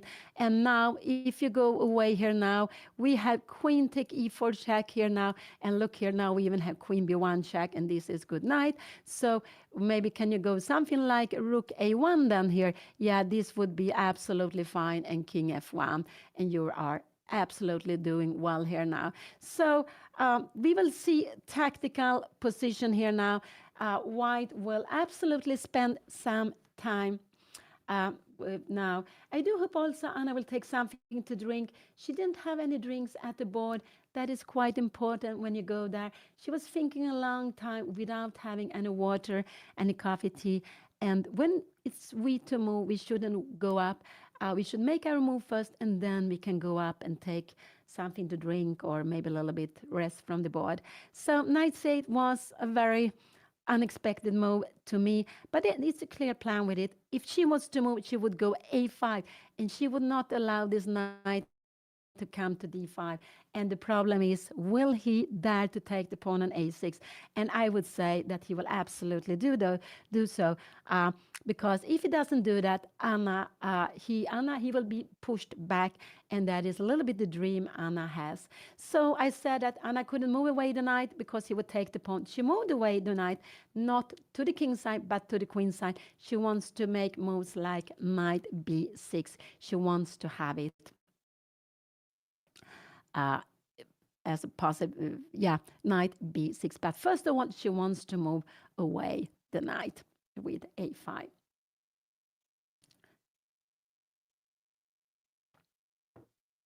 So, so this is the second round in RILTON Chess Festival. It's classical game. We saw Anna spending 40 minutes on this last move, knight c8, which was not the move I expected her to play. It was going backward. It was leaving a pawn on a6 for free. We can see that this pawn is started by 1, 2, and 3 pieces. The rook here, the knight, and the bishop. Anna only defends it with 2 pieces. So will he dare to take the pawn? That is the question. Will he dare to take it? And that is why Anna was spending so much time before she played the move. But she has a clear plan. If he doesn't take it, she will push away the knight. And this knight cannot go to d5 because it's already occupied. And the knight on d5 has no good way to go back, because if you go to e3, we will absolutely grab it. And we will give, probably maybe we give a check. And after you do something like this, we have even queen e4. And we are threatening e3, we're threatening the rook. This would just be a dream for her. So this knight cannot move anywhere. If you move this knight, we will grab it. So it's stuck there. It means that this knight cannot go to d5. But the problem is, but it can go to a6. And we have also bishop going to a6, which is possible. So let's see what he will do. I'm sure he will take on a6. I'm not sure. I believe he will take on a6 because it's quite yes, it's quite an obvious move to do, also because Anna has this threat of going a5 and pushing back the knight.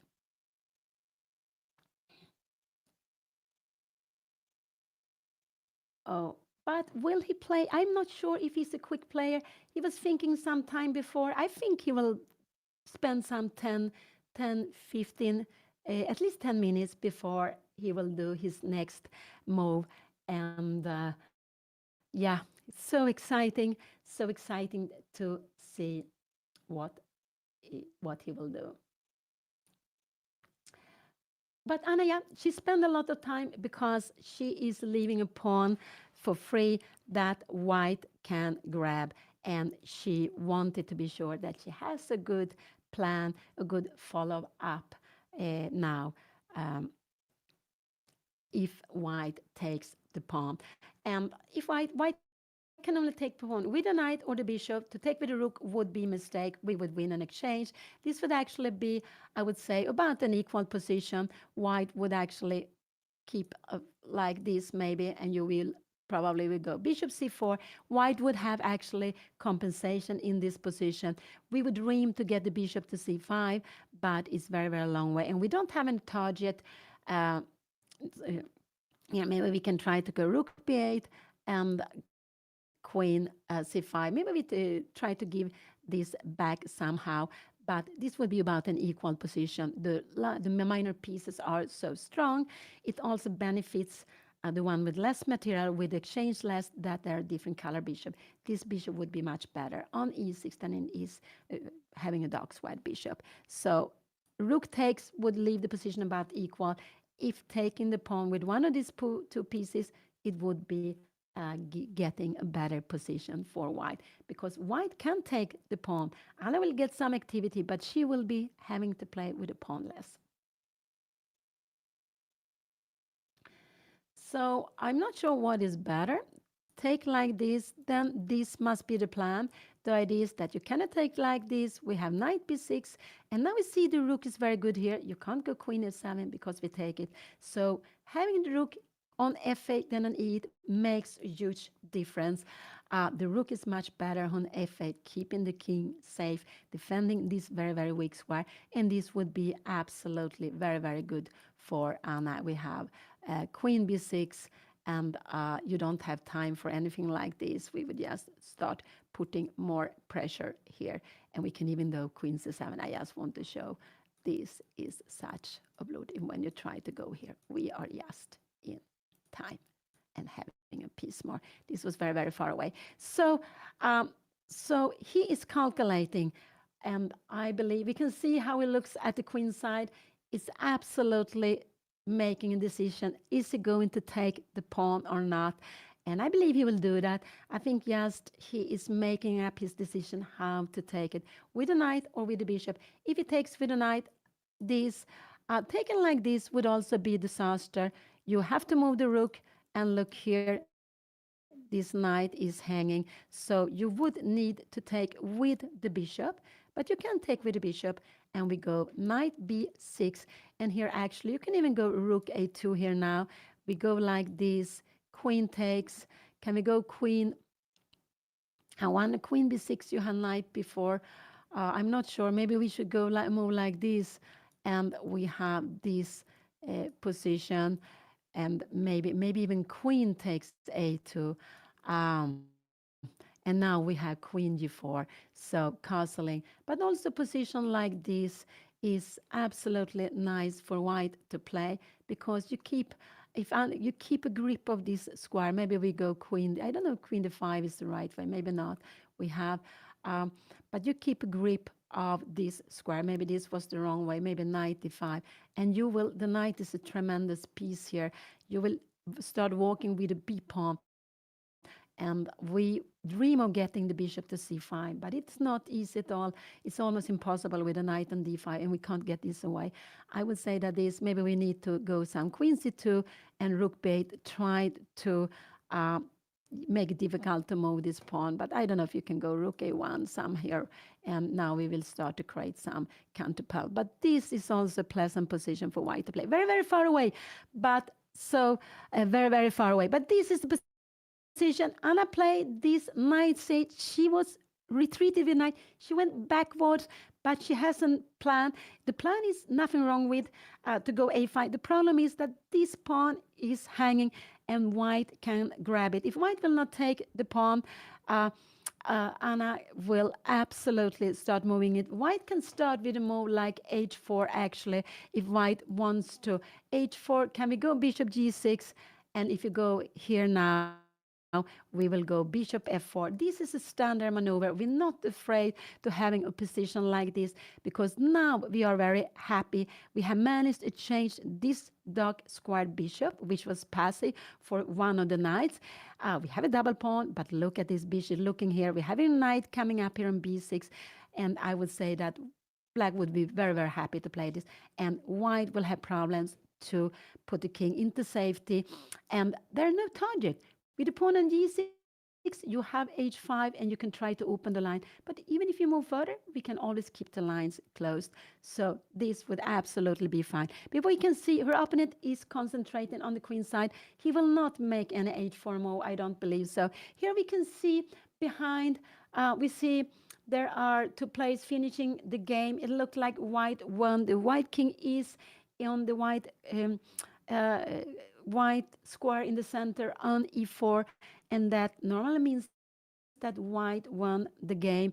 And so already now, after like 40 minutes of, no, 1 hour and 40 minutes. Oh, the time passed so quickly. So it's not so quickly. 1.5 hour, a little more. The first game we can see have finished. There's surely other games finished earlier than that too. I thought it passed half hour, but it's not like that. So we change with chess. Time just flies away. Yeah, it's very important. Like always, Dvoretsky said. Dvoretsky was very, very famous trainer. He has made very, very good chess books. And don't forget that you play against your opponent, that also your opponent play, and you should think of being psychological of what your opponent wants to do. So don't be afraid of everything because your opponent also wants to play and your opponent is not the best player in the world. So the opponent will absolutely go wrong and play in their in in the way he or she is used to. Don't forget that you have an opponent to count on, that there will be mistakes coming, there will be certain patterns coming. We all have favorite patterns when we play chess. So that is actually very, very important. And some players are very good in that, to be psychological. They choose the opening depending on who they are playing, on the pattern they see their opponent has, and they try to choose a pattern they like, but their opponent are not happy with. So other players are more keeping the same pattern and not changing that much. Also, just by playing very fast, you're putting pressure on your opponent. Here, Anna is down to 35 minutes in this second round of Rilton up to 2200. It's a beautiful tournament, chess festival, being held for more than 50 years, 53rd time. And it's the second round out of 9. She has 36 minutes left plus the half minute and she needs to make is 24 moves to reach the control. After the control at 40 move, they will get half an hour extra. And all the time they have these 30 seconds, this vital 30 seconds extra per move that helps the player to keep spend the time in a better way. And we can see that the last move, it took Anna more than 40 minutes to make. So that was a very, very long time. I was not so happy about that. But it was because she made a very, I would say, a brave decision. She retreated with the knight. She left the pawn on a6. Um, and just so white can take it. But she has some tactical ideas coming. Let's hope she will find the right way to keep the game going. She will have to if her opponent does take the pawn, and we can see how he's spending time. And I'm not surprised. He is just thinking of, can he take on a6? And if I take, what should I take with? And then he is only calculating to take with one of the minor pieces, with either with the bishop or with the knight. It's possible to take with a rook. Then the position would actually be about level. White's pieces are so strong, so a pawn and even being an exchange down would be about equal chances. Yeah, will he? Some players are like that, that they spend as much time as the opponent. And then, but I don't believe we will see him, Anna's opponent, Gunnar Andersson from Stockholm, spend 24 minutes on next move. But maybe he will spend like 10 more minutes, something like that.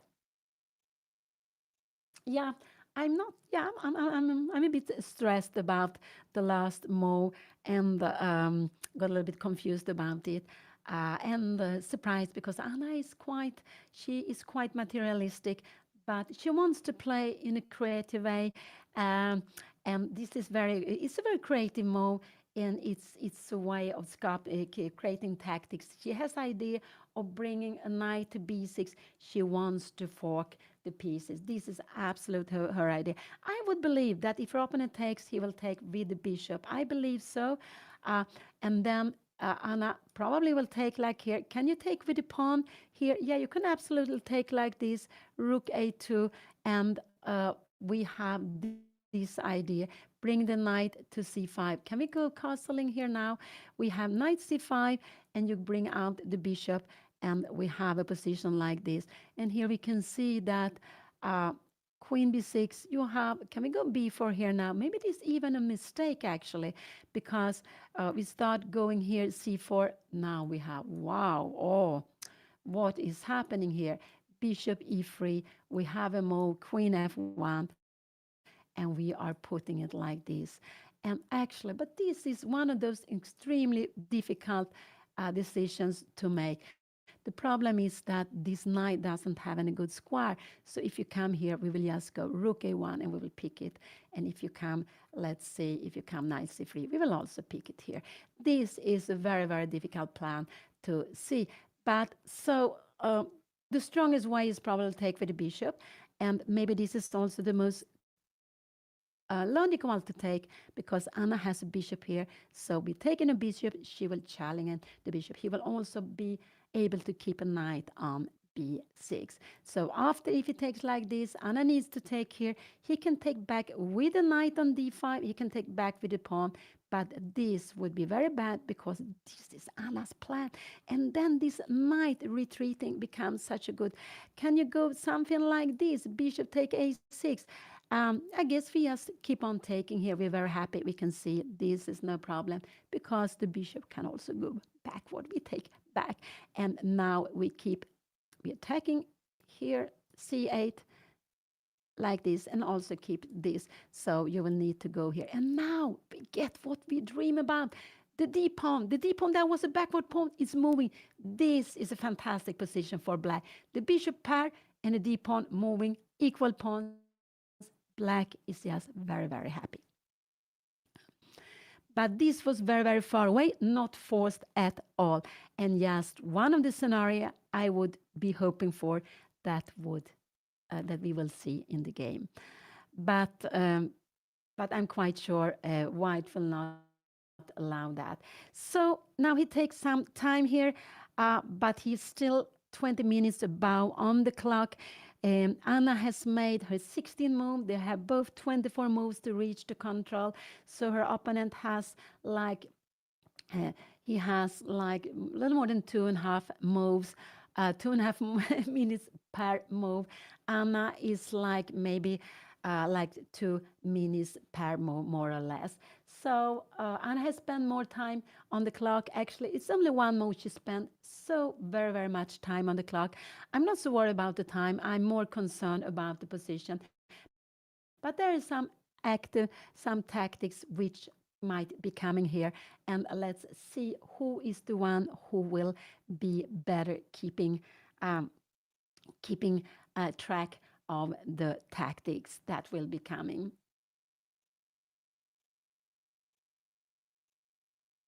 And yeah, we see some people walking around and lots of people sitting. It's this very difficult, hard middle game. Most players are facing in their boards, on the boards. So the middle games where we have to find the good plans, ideas we like, and ideas we understand. That's the main thing.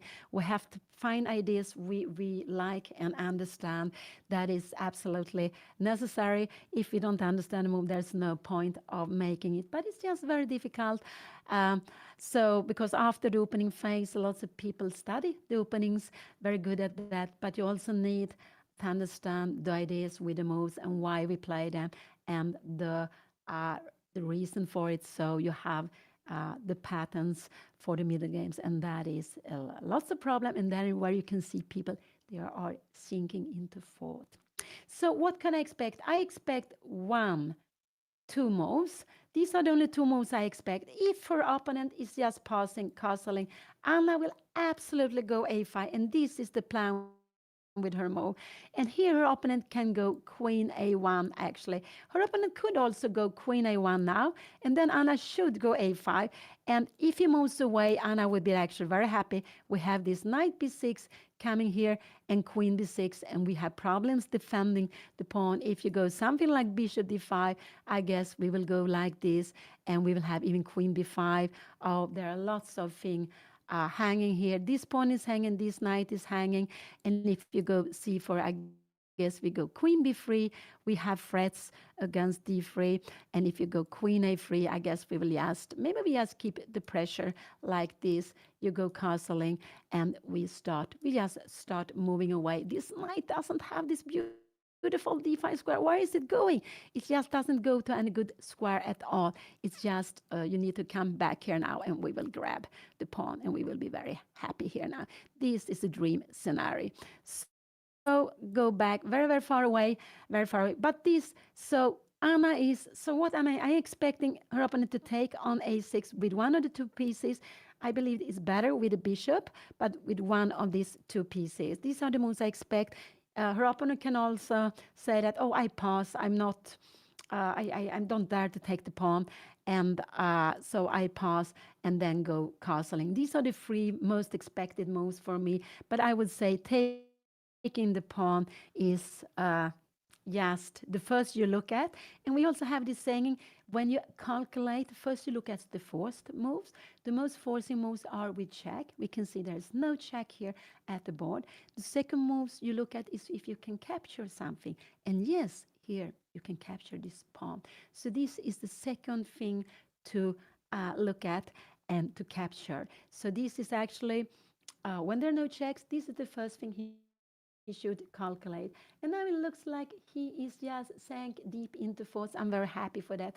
I just do hope he will spend some more minutes, hopefully at least 15 more minutes coming down to the same time as Anna. We have a very exciting position on the board. It has been a Sveshnikov opening. Anna played a little bit differently, and here she played a very unusual knight maneuver. She has a clear plan with it, but she left a pawn that white can take. Let's see if white dares to take it, or if white just want to play safe and play castle.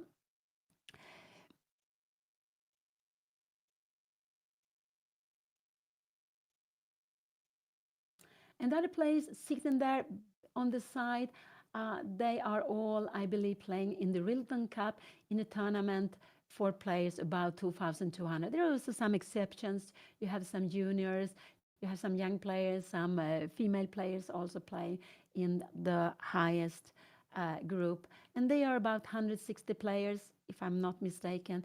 In Anna's group, there are about 140 players. So altogether, around 300 players playing the two first tournaments in the big Rilton Chess Festival. I think it looks like he's on his way to make a decision, and he's looking so much. It looks like in the middle of the board. Could it be the queen side? But I believe he's just calculating, and I think he will just grab the pawn. Anna has nothing to drink. That a little bit worried me. I think that is very, very important to have. And Anna is facing a Swedish player. His name is Gunnar Andersson. It's actually Andersson. It means the son of Andersson. It's just quite very, very common last name. Our best player before, Ulf Andersson, he was actually number 4 in the world at his peak, 1984. He's actually also named Andersson, so it's just such a common last name. But Gunnar is also so common, so there are actually several players with the name Gunnar Andersson, and therefore Anna's opponent, his name Gunnar, 1963, which is not his rating, but it's his year. I think it's a beautiful year. It's the same year I am born. Also, Gar Kaspar, among lots of other players, are born that year. Actually, in Sweden, we have lots of juniors born that year. So that is Anna's opponent. So yesterday she played against a Swedish player. I think his name was it Philip Isaksson? I'm a little bit unsure. A young player born 2007. Anna won the first game as well as her opponent today. He also won the first game. Anna was playing white the first game, and I guess her opponent today, Gunnar Andersson, was surely playing black the first game, and now that's why he's facing white, and Anna is. That is why he's playing with the white pieces and Anna plays with the black pieces today. Both are very focused, but I wish Anna would go and take something to drink. You need it for the energy. I think you calculate better when you have something to drink. Coffee, tea, whatever you want. And I also actually like to have something to eat, but normally later on, after maybe 3.5 hours, I like to have something to eat. But everyone is different. You're normally not allowed to eat at the board, but you can eat a little bit on the side of the board so you don't butter or molest, so you don't butter your opponent in any way. Anna is just so very, very focused, exactly like her opponent has been almost all the time. Anna was thinking, and she spent 40 minutes on one move. I think he's on his way to move. I think he's on his way to move, but he wants to calculate. He wants to be sure. What will he do? Now he sank into fourths again. Oh, that is good. I do hope he will take a bit more time. He's down to 47, so he has spent at least 15, could it be 20 minutes? I think he has been spending 20 minutes for this last move. Could it be that he will be thinking like spending like 10 more minutes too?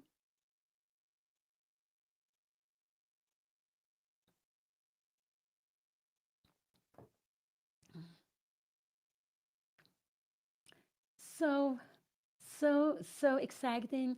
And here we can also see the little blue paper on the side. So this is the why. You can see, I think it looks blue to me. Maybe it could be white. And here you can see the flags and you see the names. And that's, of course, so the players will find their board where they're sitting. And there also, you see the name and normal also, it should be the rating and the group they are playing in. So he has been spending, did he have 116? Oh, that's, wow. Has he been spending then like half an hour? That is quite a long time. But I'm quite, I would believe that he, like me, didn't calculate night eight. I didn't look at it at all. So it was just very, very surprising. And when you get the surprise, when the opponent plays something you don't expect, it takes a little bit of time to see the position with new eyes because it's something the patterns are changed, and then it's good to take a while, or it could be a short while, but take a little bit of time before you make your decision. But half hour is very, very long, and I believe that 20 minutes, we should try not to use more than 20 minutes for one move, as we have the tendency to start to calculate the same things over and over again. Yeah, knight c8, it's a very clear plan with it. Going her Anna's plan, Anna will go a5. This is her plan, but without allowing this knight to exchange her knights. She wants the knight to stay on the board, but the only thing is with the move, there is some threats against this pawn on a6. Three pieces here attacking pawn on a6, only two pieces defending it.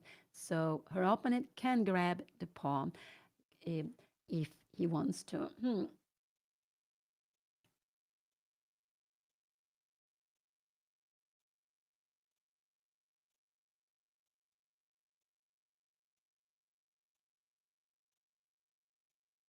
So we saw the first moves were blitzing out, coming very quickly. And for the last two moves, it has been more than an hour for before Anna made her move and when she made her move. So for the last move, yeah, more than 1 hour, and that's quite amazing. And this can, of course, only happen in classical chess. But they will have to speed up later on. They will absolutely have to speed up. But it's a very important moment also now for white. What white will do here now for both white and black, it will change a lot the position depending on the decision white takes here now. So it is an exciting moment.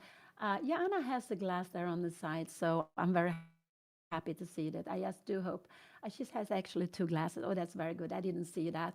That's so important to have when you're playing. And I know myself when I drink most water is actually when I play chess. I drink more water than at any other moment during the day.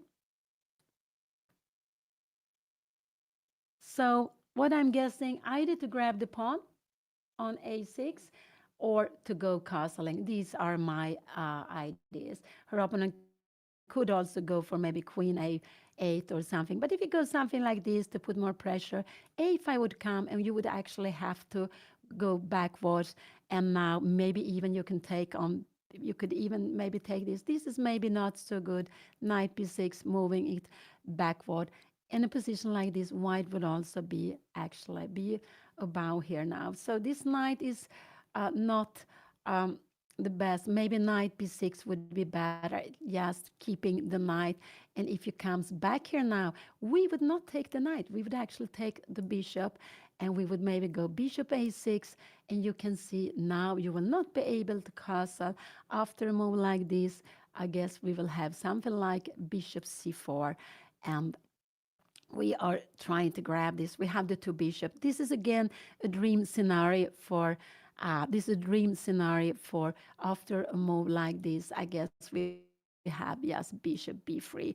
We are actually winning some material here now. We will get two bishops for a rook. Wow. So very, very far away. So now Anna went up. I think actually that was good to go up. She might doesn't. It might be that she doesn't have that she doesn't have so many chances to go up later, as she is down to 36 minutes for 24 moves, and we can see her opponent. He has been spending. Is it 35 minutes? Anna spent 40 minutes. Will he spend the same time? Now it looks like will he make the move? Sometimes when your opponent is thinking lots of time, when you go up, the opponent will just wake up and make the move. So it could be that he makes the move now when Anna got up because something happened at the board and he's reminded that it's about time to make a move. And it looks a little bit more that he's on his way to make a decision here. Um, so wow, it's just very, very exciting moment in chess. Will he make his decision now? Will he take it? Will he make one of the best the decisions I made? One of will he make or what? Will he just keep the position like it is? Just a little bit say, I'm not scared about your plan. I will just put my king into safety. We can see this king needs to be castle. So the moves he can choose from here is to castle.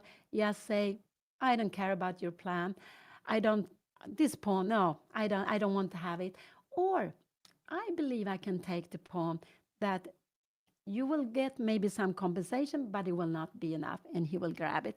So these are, I guess, the moves he is considering. He can also make an h4 move, but if he goes h4, we will come bishop h6, and then he could grab it. But then this pawn will just be hanging a little bit. It's absolutely fine to play it like that also.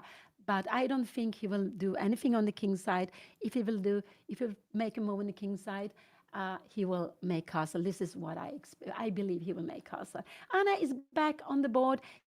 He's still thinking. He's now very close to Anna's time. I believe he will make his move now in some minutes to come because it's just very, very typical that lots of players we like to we spend the time, but we don't want to get down to less time than our opponent has.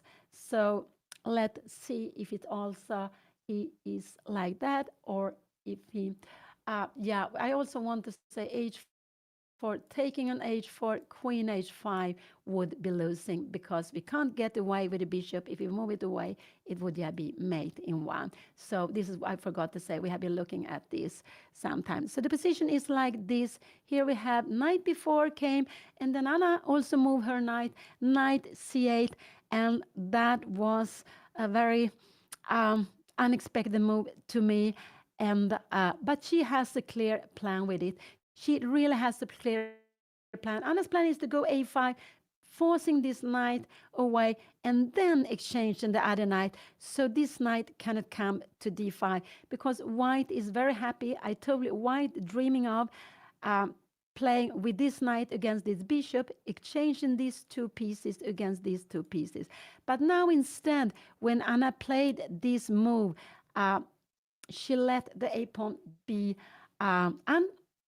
undefended. It's defended, but white is attacking it with three pieces. Now he was on his way to move. He really was on his way to move. So I believe it will come at any moment, his move here now.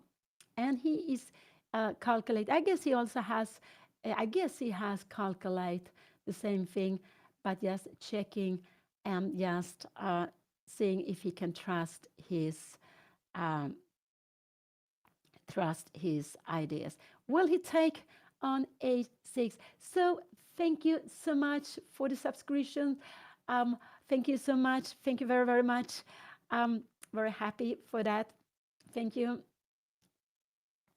And but it takes more time. So he has 2 more minutes, 1.5, and he will get down to Anna's time. But now he's on the way. We can see it. This is absolutely, and now it's just a little bit. So you see, we are making a lot of expressions with our body. Some players not. Some players you don't see almost nothing. They're moving. But a lot of us, also me, we are letting a lot of expressions with our body, with our faces, and that is actually a little bit of a show, a little bit to see. It's so important to see the players. And he made castle. He made castle. He didn't dare to take the pawn. And let's see. Now I believe Anna will go a5. This was, he didn't dare to take the pawn. He wanted to put, will she go a5 now? Will she go a5? I do hope she will go a5. This is important. Don't change, but go a5. And just, so he made castle. He didn't dare to take the pawn. He didn't do that. He was scared there was something. And now if Anna go a5, she has a very nice, it's equal, but it's a nice equal for Anna, depending on how she plays. But a5 is the good way to play here now. After a5, he can go queen a1, but it's about equal. It's absolutely about equal in the position now, if she plays the right way. Knight b6 is not a good way, because he can exchange and he can go bishop d5. Yeah, maybe not. It could be Anna will go knight b6, but no, I don't hope so. I do hope she will go a5 here now. I really do hope. But now it's very good. She thinks a little bit of it. So castle, that's what he did. He didn't want to make any tactics there on a6. He was worried he would lose the b2 pawn, and he doesn't want to change this pawn for that one, because this one would be very weak then. This one would be a weak pawn, and that would be an improvement for black. Maybe it would be about equal. Maybe the game would finish a draw, but it would be an improvement for black to change this one for that one with the c pawn remaining. If it's a b pawn remaining, that is actually fine for white, because you have a pass pawn, but the c pawn is not a pass pawn. d6 always stops the c pawn from moving down to the first line. And here it came a5. She was using a little bit of time. That was very good. And here it came, and we see this was the plan of Anna. And now what will he do? He's actually 2 moves to do. He needs to do something about this knight. Either he moves the knight away, or, and we can see the knight can only go backwards. It cannot go forwards. We will absolutely grab that. But he has also this move, queen a1, and he will pin here. And as we can see that this one is not actually this one is not actually defended. So if Anna takes, he can take here and here. And in a position like this, we can take on c3, you take on c3, and this would be a very, very, I would say, we can also go maybe even knight b6 if he wants to. But if you take here, we need to take back with the bishop. But in a position like this, maybe white would, yeah, this would be about equal. Maybe white, if you take here, this is absolutely an equal position, this here, and bishop d8. Maybe we would go, we would actually go rook b8, and we have this little trick. I just want to show the little trick when I'm on the way here. So, but this is very far away. So a5 came, and this was Anna's plan. And that's very important that when we make a move, we make it according to a plan we like and understand. That's the main thing. Maybe it's not the best plan. Maybe the plan can be refuted, but we play according to plans we are understanding and we like. And this was Anna's plan. She wanted to go a5 without allowing white to exchange this knight for that one. And now she's allowed to go a5 and to do that. So will her opponent move away the knight, or will he pin the pawn?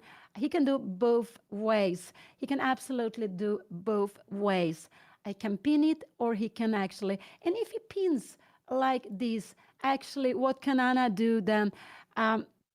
She should not take on d5. He goes knight d3, but this is expected, but not the best move actually. Now maybe Anna should just go knight b6. You are exchanging the knights, and like this, you are putting pressure on e4. We're getting rid of the knights. So knight b6 is a very good move. And what is the difference here from before? You see, this knight on b4 can't go to d5.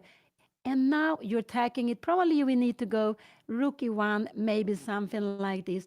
And now we can have the plan that was asked for before, to go g6, king g7, f5. Maybe you want to try to create pass pawn. Maybe here we go like this. I'm not sure which way is the best.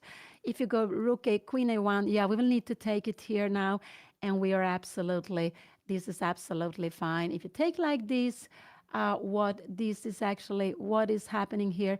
We might go queen d4. There are some pieces not well played. So queen d3, knight d3, I think that was expected to play for him. And now knight b6 is the good move to be played. A little bit worried that Anna take on d5. That would not be so good. If she takes on d5 here, knight b6, her opponent has this move in between, and will just remain with play. Will actually be playing also here. Maybe you can come here. I think this would be very good. And maybe you can go rook like this. So you will remain with this knight, but unfortunately, now you're planning a knight. I know you don't planning because this is under. Maybe we make to go here and you take the pawn. No, you don't take it because you have queen e4 here now. So it takes a little bit of time, but you can't even go b4 because we will also grab it. So we have some counterplay here, and because this knight is not on the best square. If it would have been on the best square, it would not be good. So this was Anna's plan, to force this knight to retreat, and the knight is much worse on d3 than it would have been on d5. So now Anna, the best she can do is to go knight b6 to exchange the knight, and then to play with those two pieces against her opponent's minor pieces. This is absolutely the best plan for her to do, because to take away the grip, she still will keep with. But after a move like this here, rook e1, we don't really have this d5 plan because e5 is planning. But I'm not sure with what rook we should go. And let's see, I'm so scared she take on d5. I do hope she go knight b6. She's on her way. No, I think she will do something else. She's on her way. Knight b6 came, and that was an excellent move. The knight was the most passive piece. Remember this, what is very good to think of, which is the most passive or the worst piece or the worst pieces in black's camp, in white camps. And here we have The knight in c8 was very bad. It was passive, not very bad, but passive. But now it's challenging the knight on d5. And there is only one move for white to play, and it's to take on b6. If we move away the rook, we grab this one. We're very happy. So you can't move away the rook. And if you do something, if you don't do anything with the rook, so this is a forced move to play, and Anna will be forced to come back. But knight b6 was a very good move to be played. And we can see after this here now, queen, this would not be so good, because now finally we get this moving, and we keep the king on g8, and we can even go f5. Also now this pawn is not a pawn that is backward, because there is a pawn in front of it, and we get very nice pawn center. We're going to go e4 now. Next, we're going to force this knight to retreat again. This is actually getting a very nice position for black now here. I would like it very, very nice. So that would be a mistake. White, so sorry, this is the position. Knight b6 was played, and white has only one move to do, one move here now, because it's an attack on the rook, it's an attack on the knight, on the bishop, sorry, and it's also looking at the knight on d5. But more than anything, these two pieces are under attack, and white cannot keep them both without exchanging the knight. And so now Anna has managed with her plan to that she wanted. She wanted the other knight to be more passive, and now she takes away the strong grip white has on d5 square. White still keeps the grip, and here we see it. Knight takes b6, queen takes back, also something forced. And we can see now that there is a threat on e4. I was just wondering, can we go b4? If it goes like this, I'm not sure this would be so good to play. Maybe we can go queens, because after this we have rook takes here, and we will take back. How is a position like this? This is probably absolutely fine. We have this nice tandem there. We would love to put them in white square. So maybe queen here, we are attacking this, we are attacking that. Maybe this would be fine. This is absolutely fine position to play. And we're dreaming of getting e4 and d5 played to put the pawns on light squares. So this bishop will become stronger, because the bishop control dark squares. We want the pawn to control light square. But go back. So this was played. Now I expect her opponent to defend e4 pawn. This is what we're hoping for, because Anna would absolutely change it, and there would not be any backward pawn. This is still a backward pawn. We will not be able to go d5 for a long time, because e5 is hanging. But after this move, we have this beautiful plan of going f5 and e4 like this. So what would I expect here? Rook e1? No, I don't think so. Maybe queen e2 could be a possibility. Maybe you go queen d4 to be, but I think you are after queen d4, yeah, maybe we can just move away the bishop. I'm not sure why the bishop should be. Maybe the bishop should be here. Queen e2 was a logical move. Yeah, and that was a logical move, because you keep, and now you keep e4 pawn defended. You keep here. He wants to go rook a8. And now maybe king h8 going for f5. This, you're coming here. We can still go bishop c6, and you're coming here. And now we can go f5. And if you take it here now, we even have d5. Wow, there's no way to go this here. So it could be after a move like this, rook a3 must be played, and after f5. If you take here now, can we again go rook d5? No, we have even rook b3.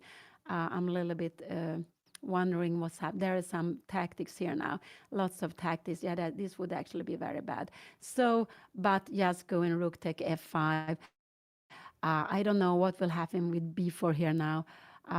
We are, yeah, we can maybe play like this. This is getting very, very tactical here now, and we are losing a pawn, but probably we are getting some counterplay here with d5, and there are no tactics. We take the b5 pawn. This is very, very far away.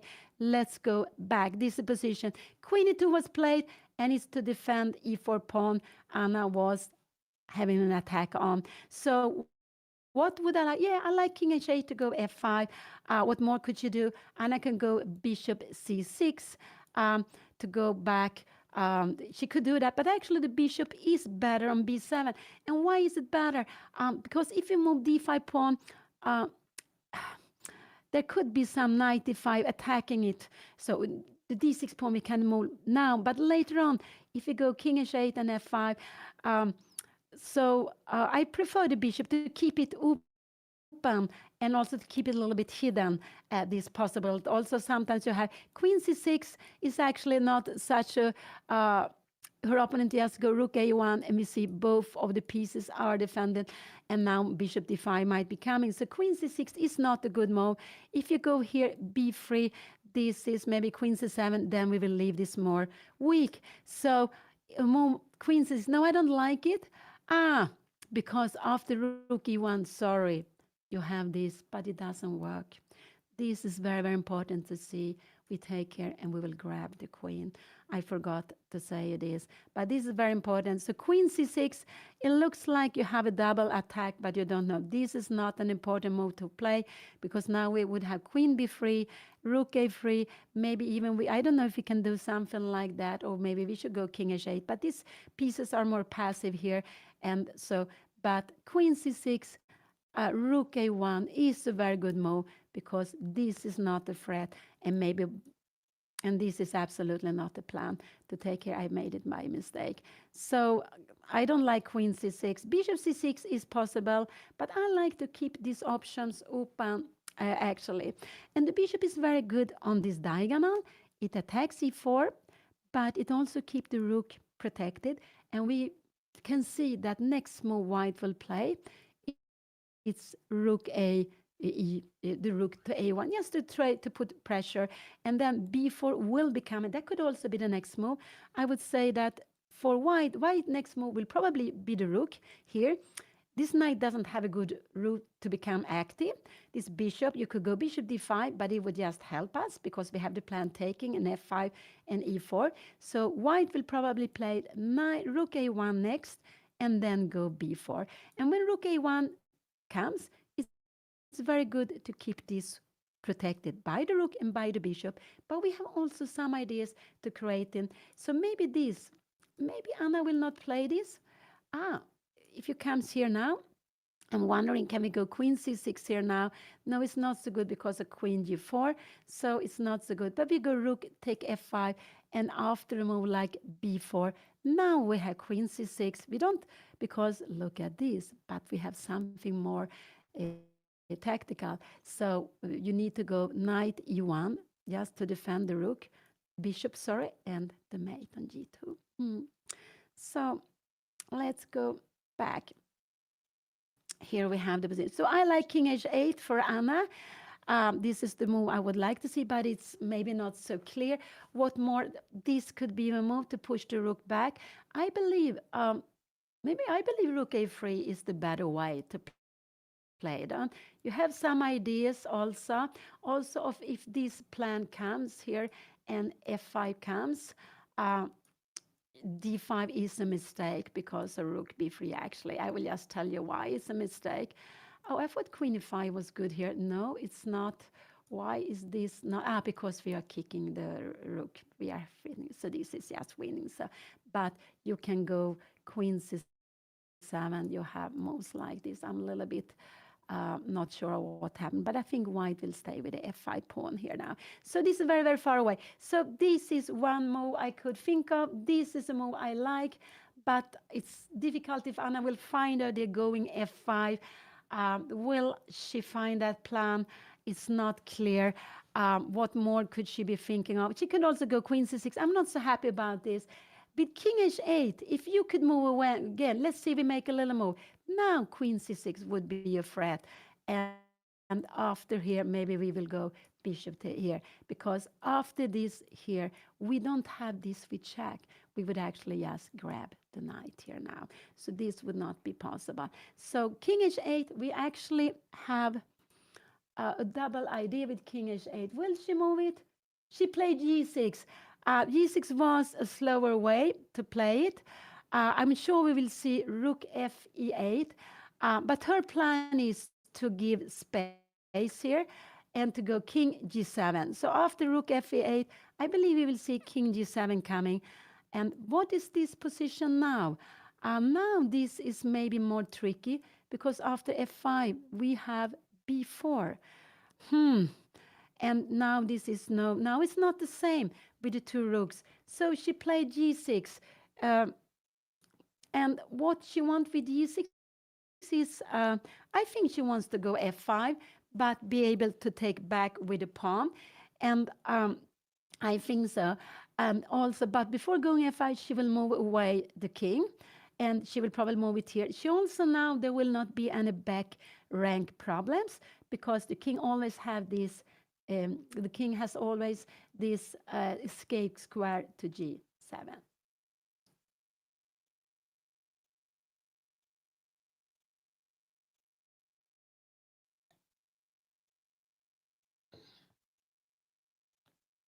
But it's absolutely fine move.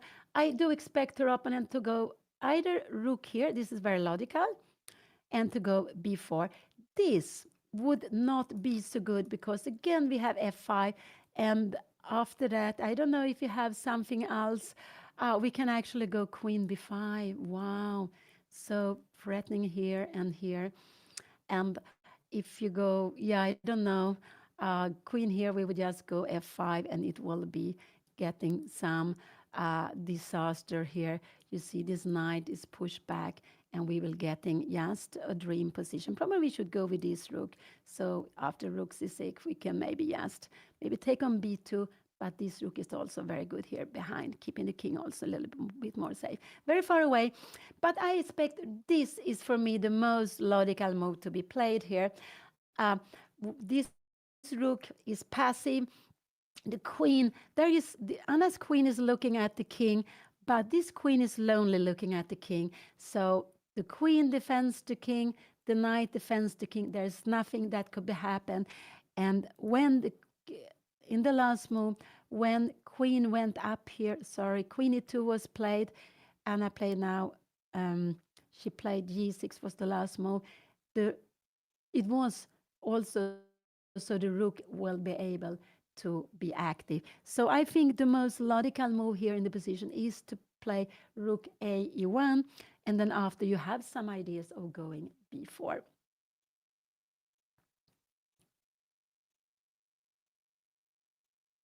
And if it comes here, we go king here, we come, this is a good move.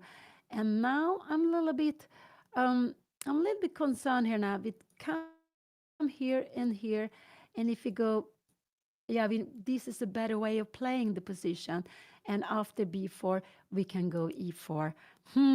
This is, and if you take here, I guess we will just move away somewhere. We are hitting the pieces. What? No, this is not possible. There are lots of pieces hanging. So he's on his way to move. I would guess the rook to a1. I think it's just logical. The only piece that is not active in the game is this rook. So I believe this is the most. And here's an open line. There is a pawn to target. So this or b4 are the two moves I expect. He could also go rook b1. He played king h1. That was the surprising move. So what could his idea be? If Anna go king here, I think he wants to go f4. I think this is his plan. But look here. This is not a good... Here, Anna should probably just grab the knight. And what time? Look at the pawn structure. So Anna has three pawns here, 1, 2, and 3. She has free pawn structure. Opponent has 1, 2, and 3. But e4 becomes weak. And now probably we go rook a1. So her opponent wants to try to make something here. Or queen f3 would be disaster because now we have f5. And look at this pin. And also look at here. I will just show you the disaster that could be happen. And there is not a mate, but a winning move because white needs to put the queen. And this would just be the end of the game. So go back. So he played king h8. He wants to play f4 or king or g3 f4. So I do hope Anna go king g7. King h8 is also fine. One of these two moves, move away the king. And if he goes f4, but he could also go g3. No, you can't go g3. f5. Look at this. You look at this. You need to go f3 here now. And what will be this be? This will be disaster. After here, we will just grab. Probably we'll actually do the other way. Sorry, I am a little bit too quick. We will take this way because after this, we will win the queen. The queen. So because all the diagonals are taken. So king h1, he wants to go for f4, but that is not such a good plan. Will Anna go? So I like king g7 and f5, or moving away the king and to go f5. But it's not clear that Anna's plan was to go f5 with that, but I do hope so. And now Anna is down to 24 minutes. I forgot to look at the clock. It's like that with chess. I forgot to look at the clock. And so I like Anna to go king g6, also g3. I'm sorry, I said f5, but queen c6. Wow, so it is now you're threatening there and you're threatening there. This is also a fantastic move to be played, absolutely. So I would like Anna to move her king. This is also good saying when our opponents when our opponents has a bishop. We see can white has the bishop on light square.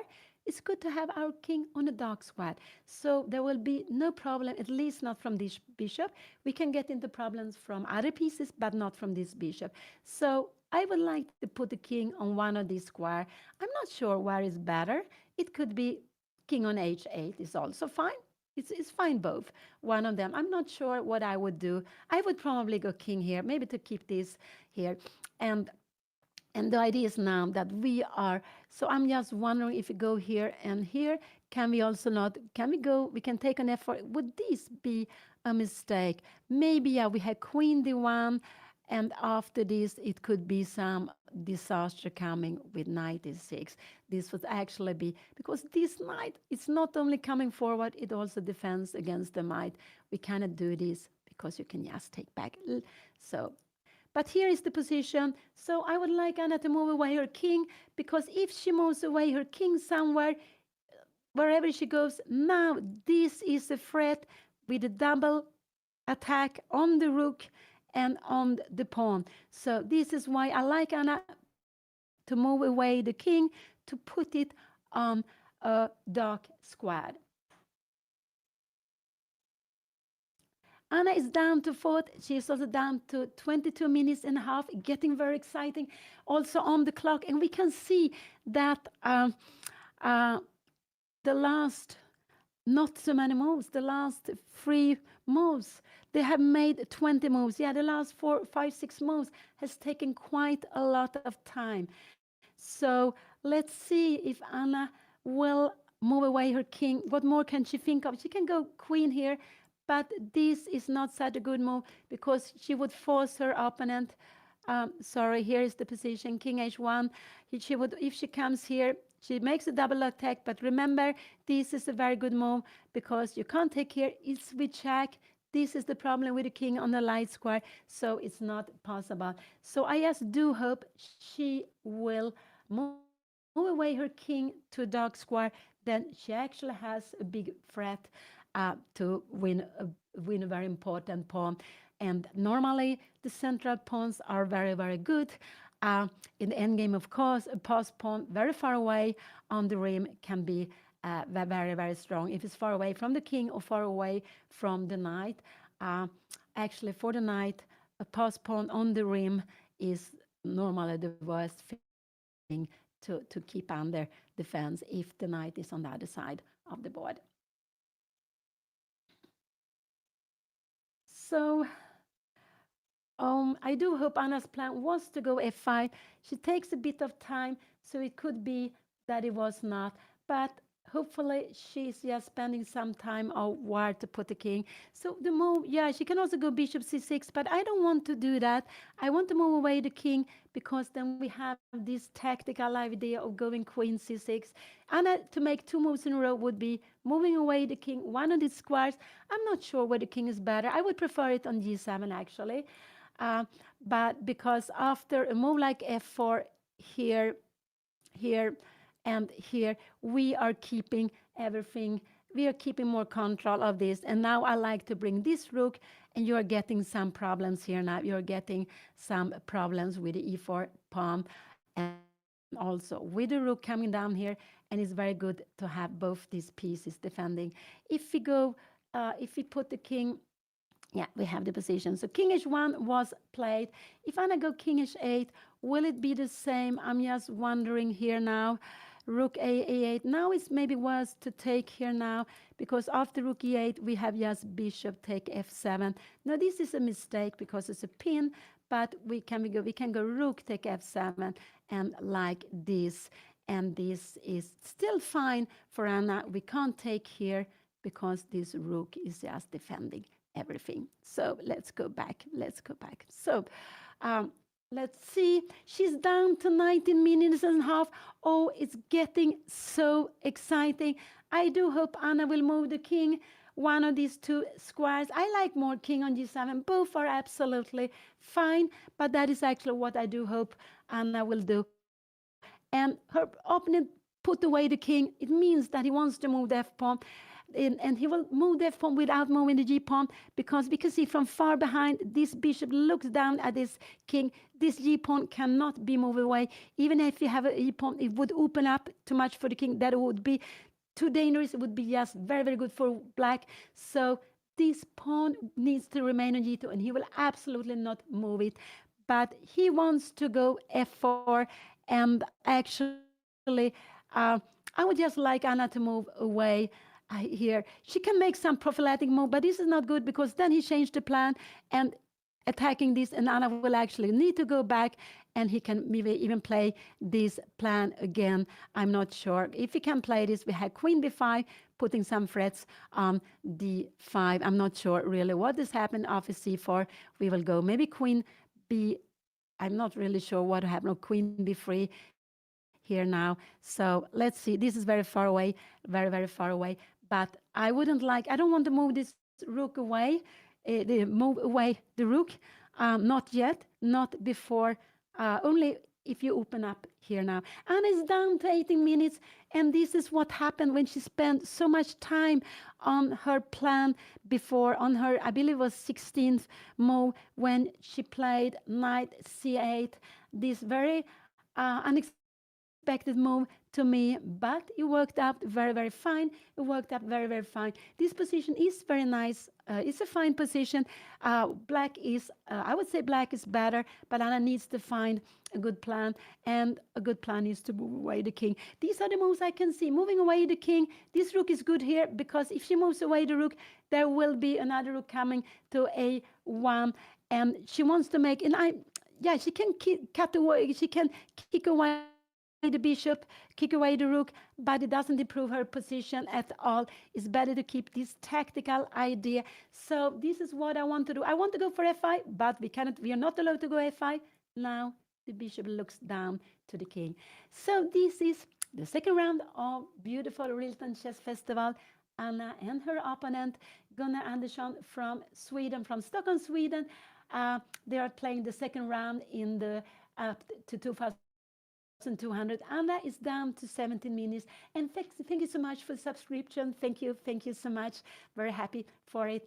And Anna is, but she's down to 16 and a half minutes, and that makes me nervous. I thought g6 was the clear plan, but it was more probably that she wanted to give the king air. She wanted to put the king on the light square, but she is now, but or it could be that she's spending time, yes, where shall put the king on g7 on h8. Could it be like that? I do hope so, but I really do hope that she will move away the king from one place or the other. She can go absolutely king h8 after a move like f4, take here. Can we go here? But then you have time, maybe not for this rook take f4, because if you take here, yeah, we would absolutely grab here now. But after there, you can take on b7, queen take. And when you come here, I guess we can go some maybe d5. We're trying to get some queen c7. This is about equal, this position, about equal. So I would actually prefer maybe king g7, but I like her to move away the king. And But whatever Anna plays, not whatever, if she moves away the rook, he will go rook a1. But otherwise, if she goes rook e4, he will absolutely not um, play f5. This would be a prophylactic move against f4.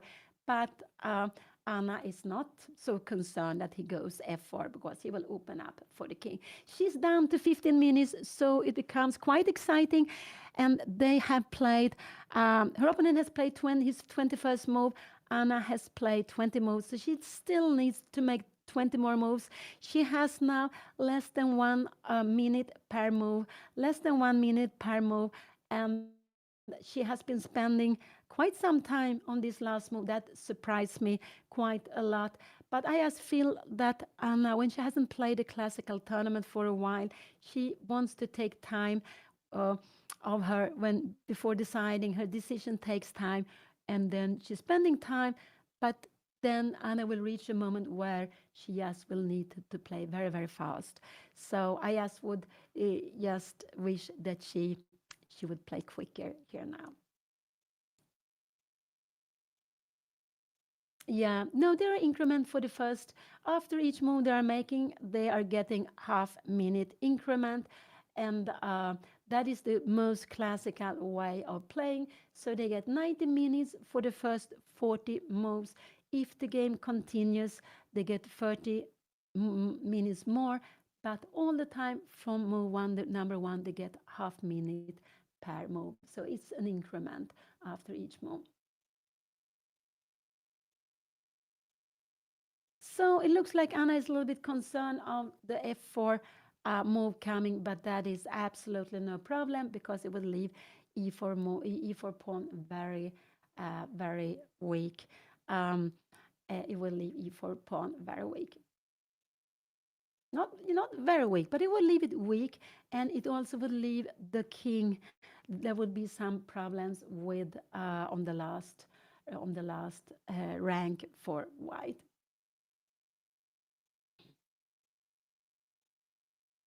So exciting. They have been playing now for 2.5 hours. So chess, classical chess, is a slow game. You are playing for hours. Anna hasn't made up her decision, but she's down to 13 minutes. And that little bit worries me. But it looks like she's going to make a decision.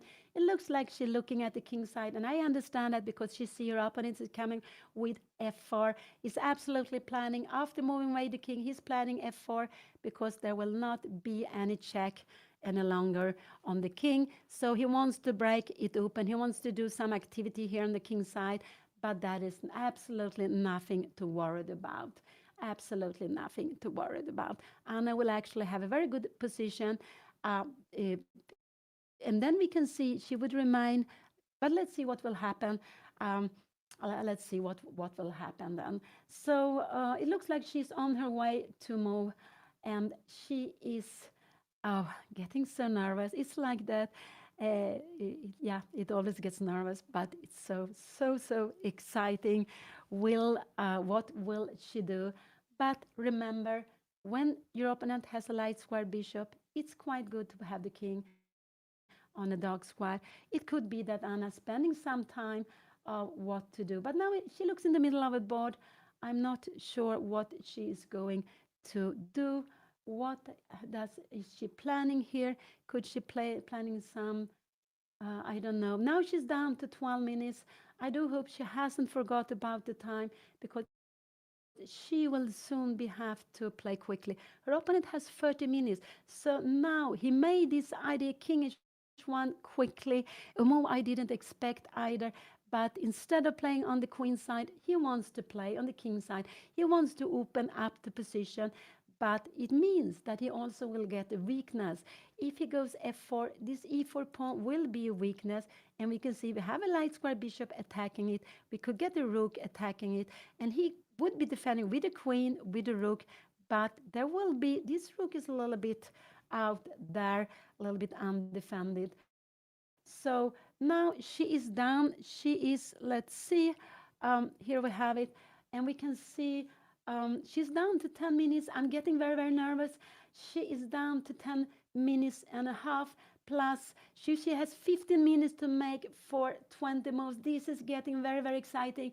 I'm getting very, very nervous now, but do hope she will just move away the king. And I'm surprised because I thought g6 was the idea to go plan f5, and for going f5, you need to move away the king. You really need to move away the king. And now she's sinking into fourth, so it's getting very, very scary. Uh, she is getting very scared. Actually, if f4 is coming, I would say your king is better on g7 than on f7, than on g8. I would say so.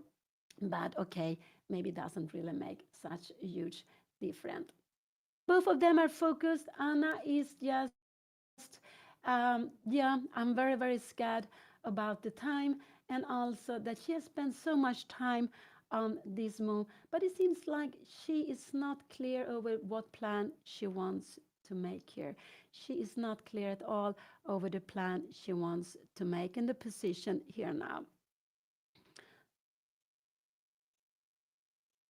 So, oh, she is down to 9.5 minutes. She has been spending more than 10 minutes for this move, and that is just quite worrying because she will not be allowed to spend so much more. If she spends 10 minutes for the next move, she will lose some time. So this is just very worrying. Can she has no forgotten about time? No, I don't think so. I think Anna just had a quick look at the time, and she needs to make something clearly. She really needs to make something now, a decision here now. Her opponent is not threatening g3. I just want to say, if it goes some crazy move, this is absolutely not the move because we have queen c6, and then whatever you do, we will actually take here with check. This is a big, big difference. So we remember, white will never move the g pawn. It needs to stay there. And it's down to 8.5 minutes, and her opponent is actually, he's sitting and eating at the board, I believe. That is a bit unusual. I know when we play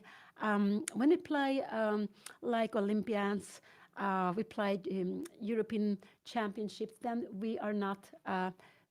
Bishop c6 she played. I'm not so happy about that move. I'm not so happy, but I think her plan is she wants to go queen b7.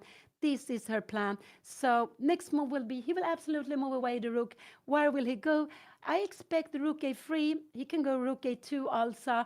And I think next move will be queen b7. I think this is actually what Anna wants to do. She wants to go queen d7, but I'm a little bit concerned about the end d5. She is going for the d5 plan. This is what she wants to do. I think her opponent will move, yeah, he will move the rook. There isn't a direct attack on the rook. And so Anna wants to go d5 here. This is what she wants to do. But I'm a little bit concerned here now. If you go rook a3, her d5 pawn, this plan is not so good. He will go f3, and now he will absolutely go f3, and now this would be a mistake. Because can you continue? Maybe we can even go rook b3 here. Now, no, we have this very beautiful. Sorry, this is, we get rook and two pieces. So this is the position he has not played. She played this bishop c6. I'm quite sure next move will be queen b7. Next, he could go rook a1. He could actually play this move. I don't expect it. And like this, go here, and he want to go f4. But that would not be such a good plan. Anna can make something like this, and again, f4. This is not such a good plan. We have rook a8, and if you come here now, we can even go f5. And we see we have this pin here. This is absolutely fine for black to play. So let's go back. He has 1, 2, 3 moves. This rook is under attack, so he can only move it to 3 different places. Where will he put it? I'm not sure, but I would go to rook a3 actually, but I would guess rook a2. I'm not sure. Rook e3 is more active. If you go rook e2, it's because you want to put another rook here on a5. So even rook a1 could be possible, like planning. He knows, I guess, Anna, you can see Anna's next move will be queen b7. So when he go king h1, it was like saying, I want to go f4. And then I want to do things on the king side. I want to keep the rook here on the king side. So it could be he goes all the way rook a1. This is what I would, this is actually not unexpected if he plays it. I would probably go rook a3. I think it's a flexible move. Sometimes I might have rook b3 here. Also, sometimes I might be going back here. So I like the rook here on a3, still keeping this plan open here. This is what I would do. But if he moves away here, I think we will see queen b7 next move. But this is not such a good move. Again, this is a better move here now. And if you go f4, this is absolutely fine. And we can go rook a e8. And now, if you take here, yeah, we will just pin it. This is very good. You see, we have this tremendous pin. And if you take like this, we will just take it. And now we take on e4. So this could actually also be, but I expect Anna, when he moves the rook, to go queen b7, not to move away the king, which is absolutely a fun move, a fine move to be played. Absolutely. So bishop c6 was played, and the rook is now, we can see it's under attack. Here he has three choices. If he only had one, it would come quickly. But when we have different ideas, different moves to choose from, he has to make a decision. Does he wants to bring it all the way back and play here in the middle of the board? Or does he wants to bring it just 1 or 2 steps back, just to keep the option open to put the other rook and take a5 pawn? That could absolutely be a plan too. That could absolutely be an idea too. So very, very exciting to see what he will do here now, the next move. But I would guess, yeah, I'm not sure, rook a2 or rook a1, or rook, yeah, all three of them. I would probably go rook a3. I think that is my move, just to keep this option open. Also because I think the b2 pawn is very well defended by the knight, by the queen, and by the knight. So here he takes a little bit of time. I hope he will take lots of time, and but I guess some few more minutes, and he will make the move. And after that, I believe Anna's plan with this is queen b7. She can also go here. She could absolutely also go with moving away the king, and then plan to go f5. That would absolutely be very good to play also.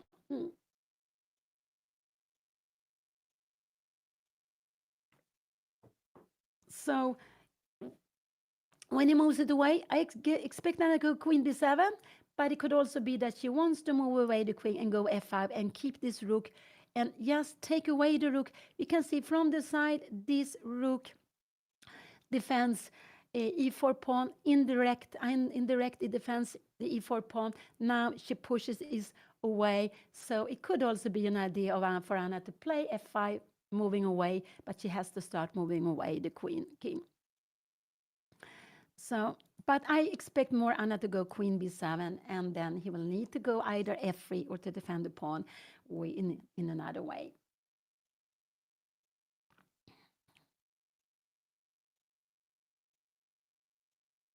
Oh, so exciting. So very, very exciting position here. I'm getting, wow, with Anna's time. She's down to 8 minutes, 43 seconds, and plus the half minute she gets. She needs to make 19 more moves. And so she has about 1 minute per move. She cannot spend as much time as she has been spending for the last 7 moves. Now his opponent is about to move. Where he put the rook, he has three places to choose from. He will absolutely put the rook on one of these 3 places. I'm not sure where he will go. It could be he will go all the way back if his plan is to keep on playing on the queen side. He can also, choose all of these 3 squares. I'm not sure what he will do actually, but I believe he will play it quite soon. Yeah, we can see it looks like he's on the way to move, and I'm so exciting to see. Oh, it was rook e3. Anna played rook a8. Oh, that was a blunder. Why did she go rook a8? What will she do now after rook a1? She will need to come back. She will need to come back. That was a blunder. Anna didn't realize that f4 is not a good plan. She didn't, so she stopped her plan.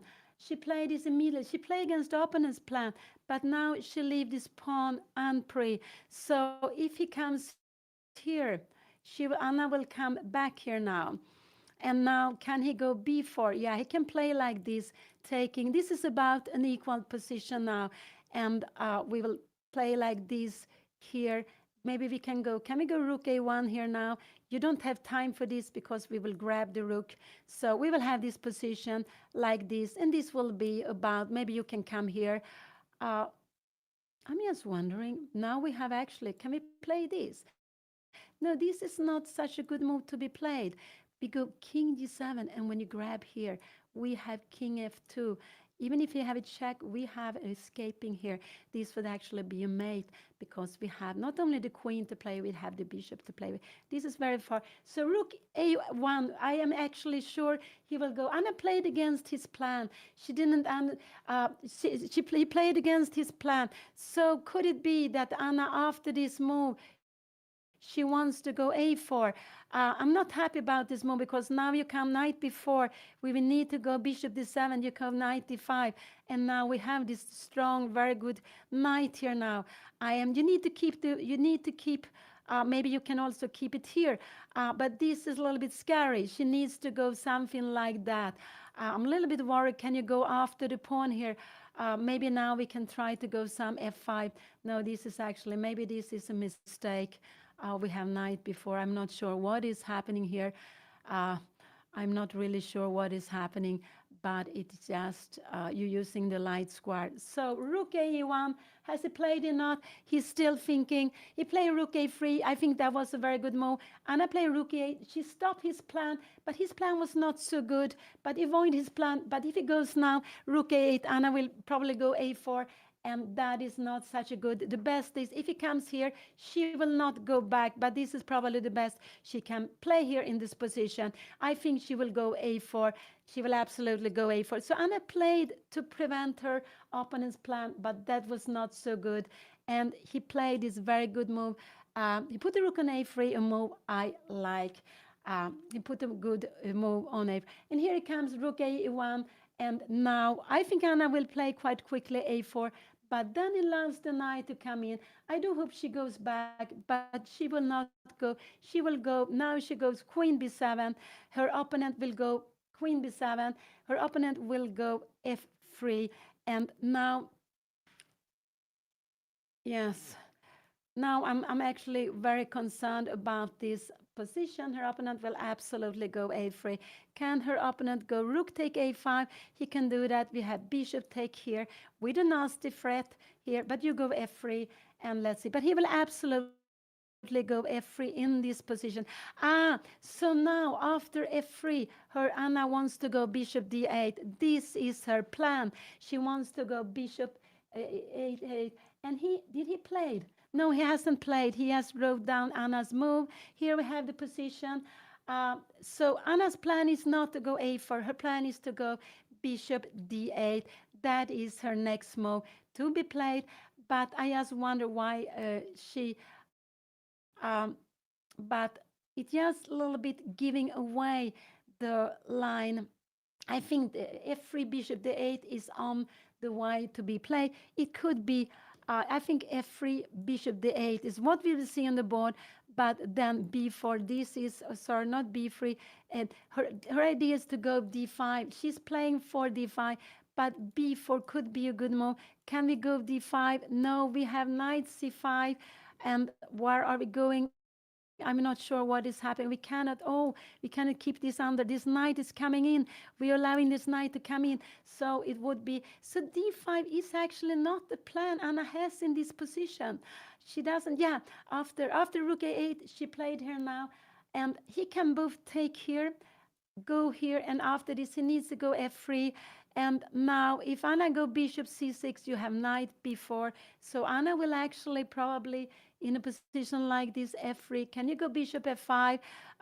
Can you go knight b4 here now? You keep a grip here. Can we go rook a8? Yeah, we have it actually in time, because even if you win the queen, we are winning the king here now, so that would actually be a mate here. So this her plan is to go bishop d8. This is Anna's plan, and this is why she played so long time. She find a plan. It wasn't the best, but it was a plan, absolutely. And it's Anna's long-term plan is he plays slowly. Let's see, he go f3. Anna go bishop d8. I'm quite sure this is what she wants to do. He makes some little move h3. Then Anna wants to go d5. And this, because after knight c5, we can go queen b6. Here we have f3 on the board. And I think we will see now. I think we will see bishop d8. I'm quite sure this is Anna's plan to go bishop d8 here now to defend. Absolutely, to defend the pawn on a5 with this and with the bishop, and then she wants to go d5 next. This is what I think her plan was. She's down to 9 minutes. Her opponent has 18 and a half, so he has 10 more minutes than Anna. And now, oh, she's sinking into fourth. She cannot. And I'm not so happy with this plan, but it was a plan. I'm a little bit surprised. I think she should make her move in like 1 minute. She has only 2 choices. This pawn is under attack. She needs to go bishop d8 or a4, but I prefer the bishop d8 just to keep the pawn on a dark square. It's not so easy for her opponent to. Attack it then. So bishop d8 is what I would prefer to play. It could be that a4 is the better move. I'm not so happy about knight before here now. And then bishop d7 can we play, and we will go bishop d3. But now maybe we have, do we have f5? No, we go bishop c4. I'm not so happy about this getting. So I would like Anna, I think it's practical. I would like Anna to go bishop d8. And if her opponent doesn't do anything, she goes d5. But b4 is a good move to be played. It's a good move to be played. And white would be more active here in this position. Not taking really wide a pawn. Can we go d5 here now? Taking. Do we have rook a7 here now? We have queen c6, but maybe after d5, take, and here we have maybe rook. Do we have rook a5? No, sorry, we don't have it. I'm blundering a piece here now. So I would hope Anna go bishop d8. A little bit concerned. She's thinking again, but Anna is a little bit taking time for her decision. She is taking time, and I'm worried about the time. I'm also a bit worried about the position here now. a4 or bishop d8. I'm quite sure one of those 2 moves is what Anna will play. I prefer her go bishop d8, absolutely. A4, knight b4, bishop d7, knight d5. It scares me. Maybe we can go rook b8. We're putting some pressure. So maybe this is a better move to be played. And now we're going bishop c2. We're going after this pawn. I don't know how we are going to. And here it comes bishop d8. I think that is the absolutely more according to the plan. And Anna Tomo will go d5. She has put her pieces here now. She wants to go d5. So the question is, will her opponent go b4 or not? If he goes b4, he will open up the A line, and that is a very logical move. Go b4. Anna needs to take it, otherwise she loses the A pawn. And of course, he can go something like this. We move away. I'm not sure. This is maybe probably the better way. And if it comes like this, we go bishop b7. And we can see that the move like this, we can even go queen takes c3, because there are lots of lots of pieces hanging. If you go here, we are grabbing that one. So it's a big one. And if you go here, I just show it to the end, we are grabbing that one. So it becomes some tactical. So let's see. He's on his way to move. He's on his way to move. He's playing quicker now. Anna has only 7 minutes. She has played, how many moves she played? She played 24 moves. There's still 60 moves to do. She has 60 moves. She has a little bit less than 1 minute per move. It's not so much time. She took a little bit of, I would say a little bit too much time for this bishop d8, but she wanted to make the decision. A for a bishop d8. I prefer the bishop to d8. Anna's move is d5. Another play, she will move the pawn d5. Remember, a long time ago, I said, if we are allowed to go d5, this is what we want to do. But he's on his way to do, and it's difficult to see anything active besides b4. So b4 is a very good move to be played here now. And b4 is a move that worries me. If he goes b4, take here, and he comes here, how is Anna going to handle this here? Can we go rook a7 here now? Queen c8. Can we go rook a1 here now? We need to go queen c7. And what can we do here now? We cannot go here because then I grab you, finally. So we're getting some harmony. This is absolutely okay. But here came this very good b4 move, and Anna needs to take it. Anna helped her opponent start playing on the queen side where he is better, and that was not what I wish she would have done. The problem is she cannot go d5 because if you can even take like this here and rook take e5, this, no, you can't go like this. But d5 would lose on the spot because a knight here, and after this you have, can you go here? No, this is actually fine. You have e take, bishop takes, and you have this way. And why is this so good? You have rook d1. Oh, why? And queen c6. And we have knight d7. This is the problem. So there is the danger that Anna will go d5 now. I am very worried about d5 because d5 is very tactical, but it's a losing move. d5 would lose because her opponent get this with tempo, and you get in this position. But with little time, I'm not sure. The problem is we have queen the knight here, and we will lose in exchange. And if these pawns were away, we have 4, we could handle the position. But I cannot see that there's any hope to play this position. We would absolutely take this back, and this would absolutely. So d5, I'm very scared. If Anna go d5, she is a big danger to lose. And these are the only 2 moves, 1 and to take. I do hope she take on b4, but it's not sure she will do that. I'm very scared she goes d5. The problem is that this rook doesn't have anywhere to go. If the king would have been on g7, maybe d5 would have been actually possible to play here. Not here, but on g7, keeping an eye on f7. But with the king here, the rook here, this rook can't go anywhere. There is a long line where the knight end up on d7 and actually win the rook. And we know that the rook is so much stronger than the knight that would be losing. So don't go d5. Don't go d5. Taking on b4, but it's such a huge, big difference. Anna is down to 5 minutes, and I would say she has less than 5 minutes. She still has so many moves to do. So I'm very worried that this game will be decided by the time. Not that Anna loses on time, but having a little time, she makes the wrong decision. And when you have little time, it's very easy to want to make big decisions. And here is, of course, there are only 2 decisions to make. This pawn is under attack. White wants to grab it, and then we'll have a pass pawn which will walk down. You can stop it, but it's a big, big pawn, and you will also get your pieces in here. You can't allow white to take it with get something else. So you need to take here.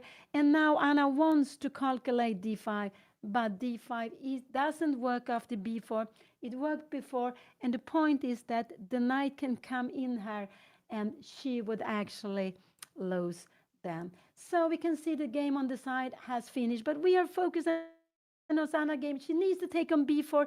Anything else would lead her into big, big problems, absolutely into big, big problems. She's down to 3.5 minutes. She's really down to 3.5 minutes, but I'm very worried about the position. I'm more worried about the position because I didn't see there was another plan, but I see now d5 is the plan, and I would prefer Anna grab the pawn, then you're absolutely in the game if you grab on b4. But if she doesn't, she needs to take this pawn. She needs to exchange the pawn and not go for tactics. But she's thinking, and I would say that she can, if she goes d5, I am very scared about her position. And I'm very scared that she goes d5. It looks like she's going to do that. But after knight c5, it's very difficult to see that there is a knight coming to d7, and that would lose the game. So I'm very, very worried about her position here now. And It's a little bit like, yeah, Anna chose the plan, and she actually helped her opponent to put the pieces on the queen side. I'm very worried she will go d5. She's on her way to move now. If she takes on b4, I'm not so worried at all. I'm not so worried at all. But if she goes d5, I'm very worried. Only because of one single move, only one single move is making the problem after that. Can she make something else? She could go bishop b5, but that would absolutely just not be. If he comes here, her opponent would just change and take the pawn and have this fantastic pass pawn. No, you wouldn't like to do anything like that. So the only pawn to consider is to take here and to go d5. And I'm very worried. She's down to less than 2 minutes. She's down to less than 2 minutes. So little time. And I'm very worried she will go for this big move d5, and here it comes. And the problem is that her opponent has too much time. So this is very big danger. If he finds one strong move, Anna will actually lose the game now.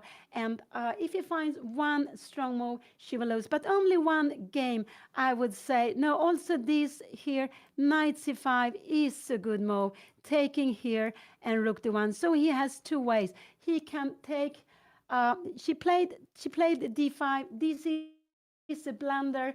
He has two ways of playing the move now. If he takes with the bishop, if he takes with a pawn, Anna is absolutely in the game. If he goes like this, she is knight c5. She has this in between move, and she go queen c6. If you're taking here now, she has bishop e7. So he has two very good moves that would actually win the game. The plan is the same. The plan is to bring this knight into d7. Unfortunately, he has 16 minutes, and I think absolutely he will see that, but it's not sure he will see that. Maybe he doesn't want to put the knight here very. It's only if you see that the knight can comes to d7. It's not so easy to see. So it's not so easy to see. And it's very typical. Anna played according to her plan. Unfortunately, her plan was bad. He was just in time to go this very good b4. She prevented her opponent's plan, but didn't realize that his plan wasn't that good. It would have been better to allow him playing it. But chess is like that. It's so difficult, and that's why we keep on playing it. We are learning from it, and only sad that she is just giving him a chance here now, giving him a huge chance to win material. Will he find it? He has two good way of playing in this position. If he finds it, Anna, there will be no way, I would say, to save the game, because Anna will lose material. But it's not obvious at all in this position. He has 50 minutes. This is quite a long time. And of course, it's quite a long time. He was absolutely he was absolutely playing it and consider all the moves. So we can see d5. He has, what can he think? He has 1, 2, and 3 moves to consider. There are no more other moves he can consider. Not b5. This is under attack. So he has 3 moves to consider. Going in with the knight, taking on d5. And I would say, if you take on d5, the most logical is to take with the most logical way is to take. If it takes like this here and comes here, the best Anna probably can do, could it be, oh, she needs to, oh, it's such a big, she doesn't have a good square. Here you will always have knight to 7. You take this first, and then you have, we can go here, can we go queen take b4, but you have knight to 7. Again, this is the problem. So the problem is this rook. This is the problem. The rook is this. If it would have been like this, Anna would be fine, like this and this. Not rook a6, but rook b8, rook here. This rook on another square, Anna would have been fine. But this rook is trapped on a8. This is the big problem. And this is not easy to see in this moment. But this was Anna's plan. Will he find the best? I don't know. I do hope he will not. He has 2 good moves to play. One move which is less good. And will he see? It depends on his calculation. Will he find the way? And Anna goes for complication. The idea is nice. Unfortunately, unfortunately, he has a tactical idea which is very good, and just wondering if he will go for it, if he will see it. And so Anna is down to 2 minutes. Unfortunately, her opponent has so much time. He has 13 minutes, 12 and a half, but he has three choices. And we have seen before that when he has time, when he has more than one move to consider, he spends some time. I expect him to spend some 3-4 minutes. If he doesn't see it, now he's on the way. He's on the way to move. What will we do? I do hope he go e takes d5, but he has three moves to shoot for. Unfortunately, two of them are very good. One is not so good. And here it comes. Here it comes. What will he play here now? What will he play? I'm a little bit worried. I'm just wondering, could he go like this here? Can we go like this? E take B for take here. Can we come here now? No, you have 94, and we will have to play this position. He made knight c5, and this is just a very good move. Now Anna is actually lost in the position. Now she has a lost position. Whatever she does now, she is lost. She let the knight come in here in her position. He find it. He played it also much quicker than I expected, and it's just a very good move. He has seen the idea, and I don't know how Anna is going to save this game any longer. He saw the idea, and that is very, very beautiful how he has played it. Anna has no good squares to put the okay. She go queen a8. That is her idea, but I'm sure he has seen that he is going to win an exchange now, and there is absolutely nothing Anna can do against this.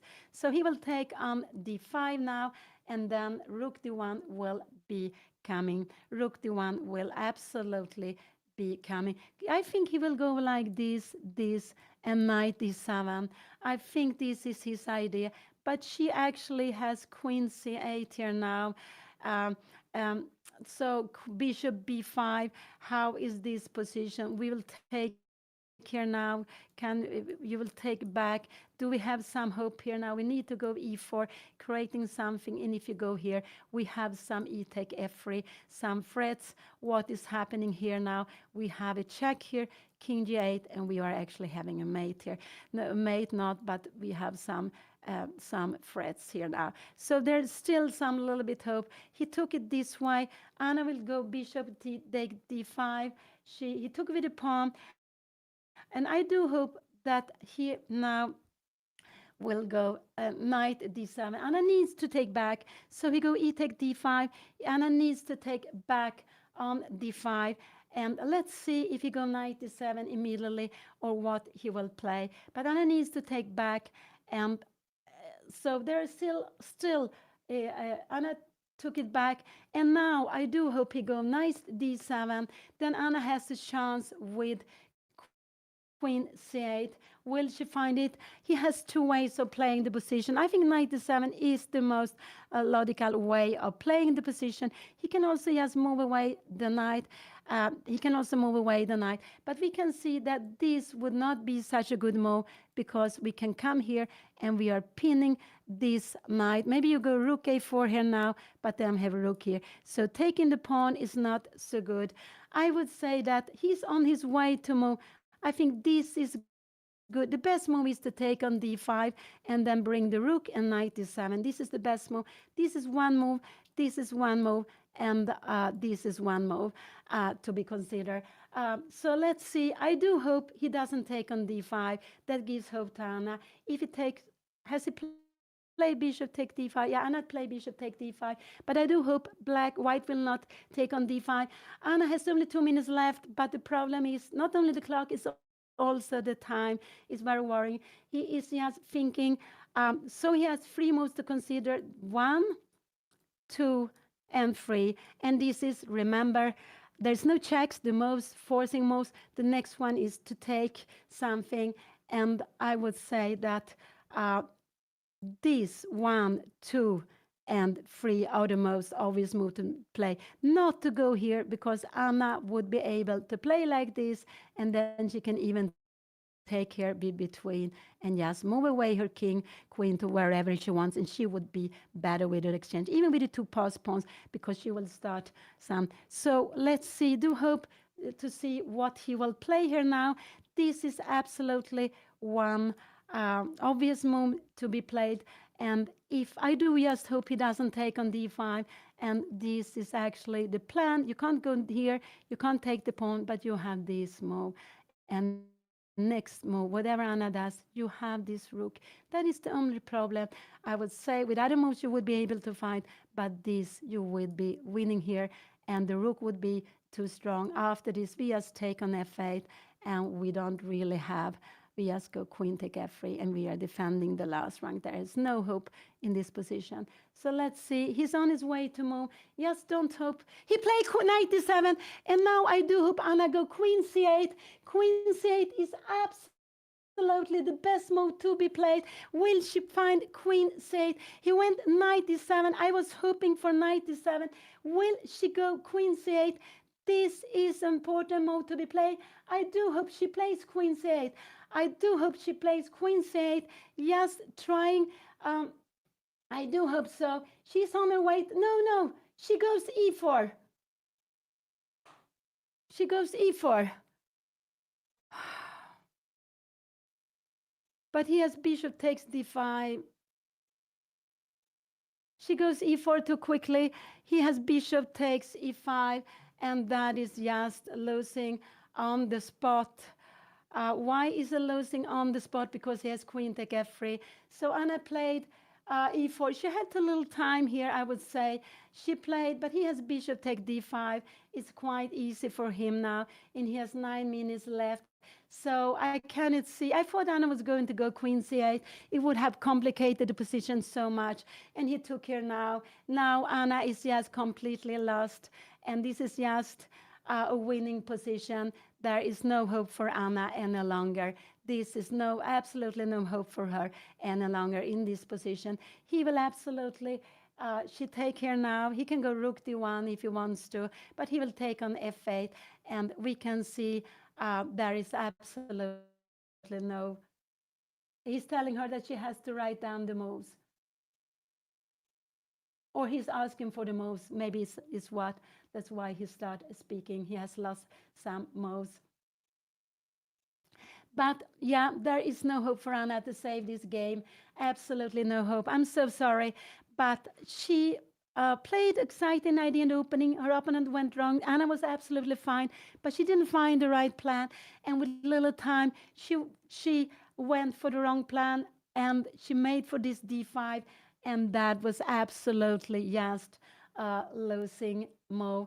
And he made not the best. She had the chance to make things more difficult, but after e4, we can see that Anna forgot that there is no threat at all. So what can she play? She can take on b4 if she wants, but it will absolutely not change anything. She can take on b4. He will take back, and it's just a completely lost position. So I'm so sorry for this, but Anna just she didn't understand, she didn't find the right plan, and with little time, she went for a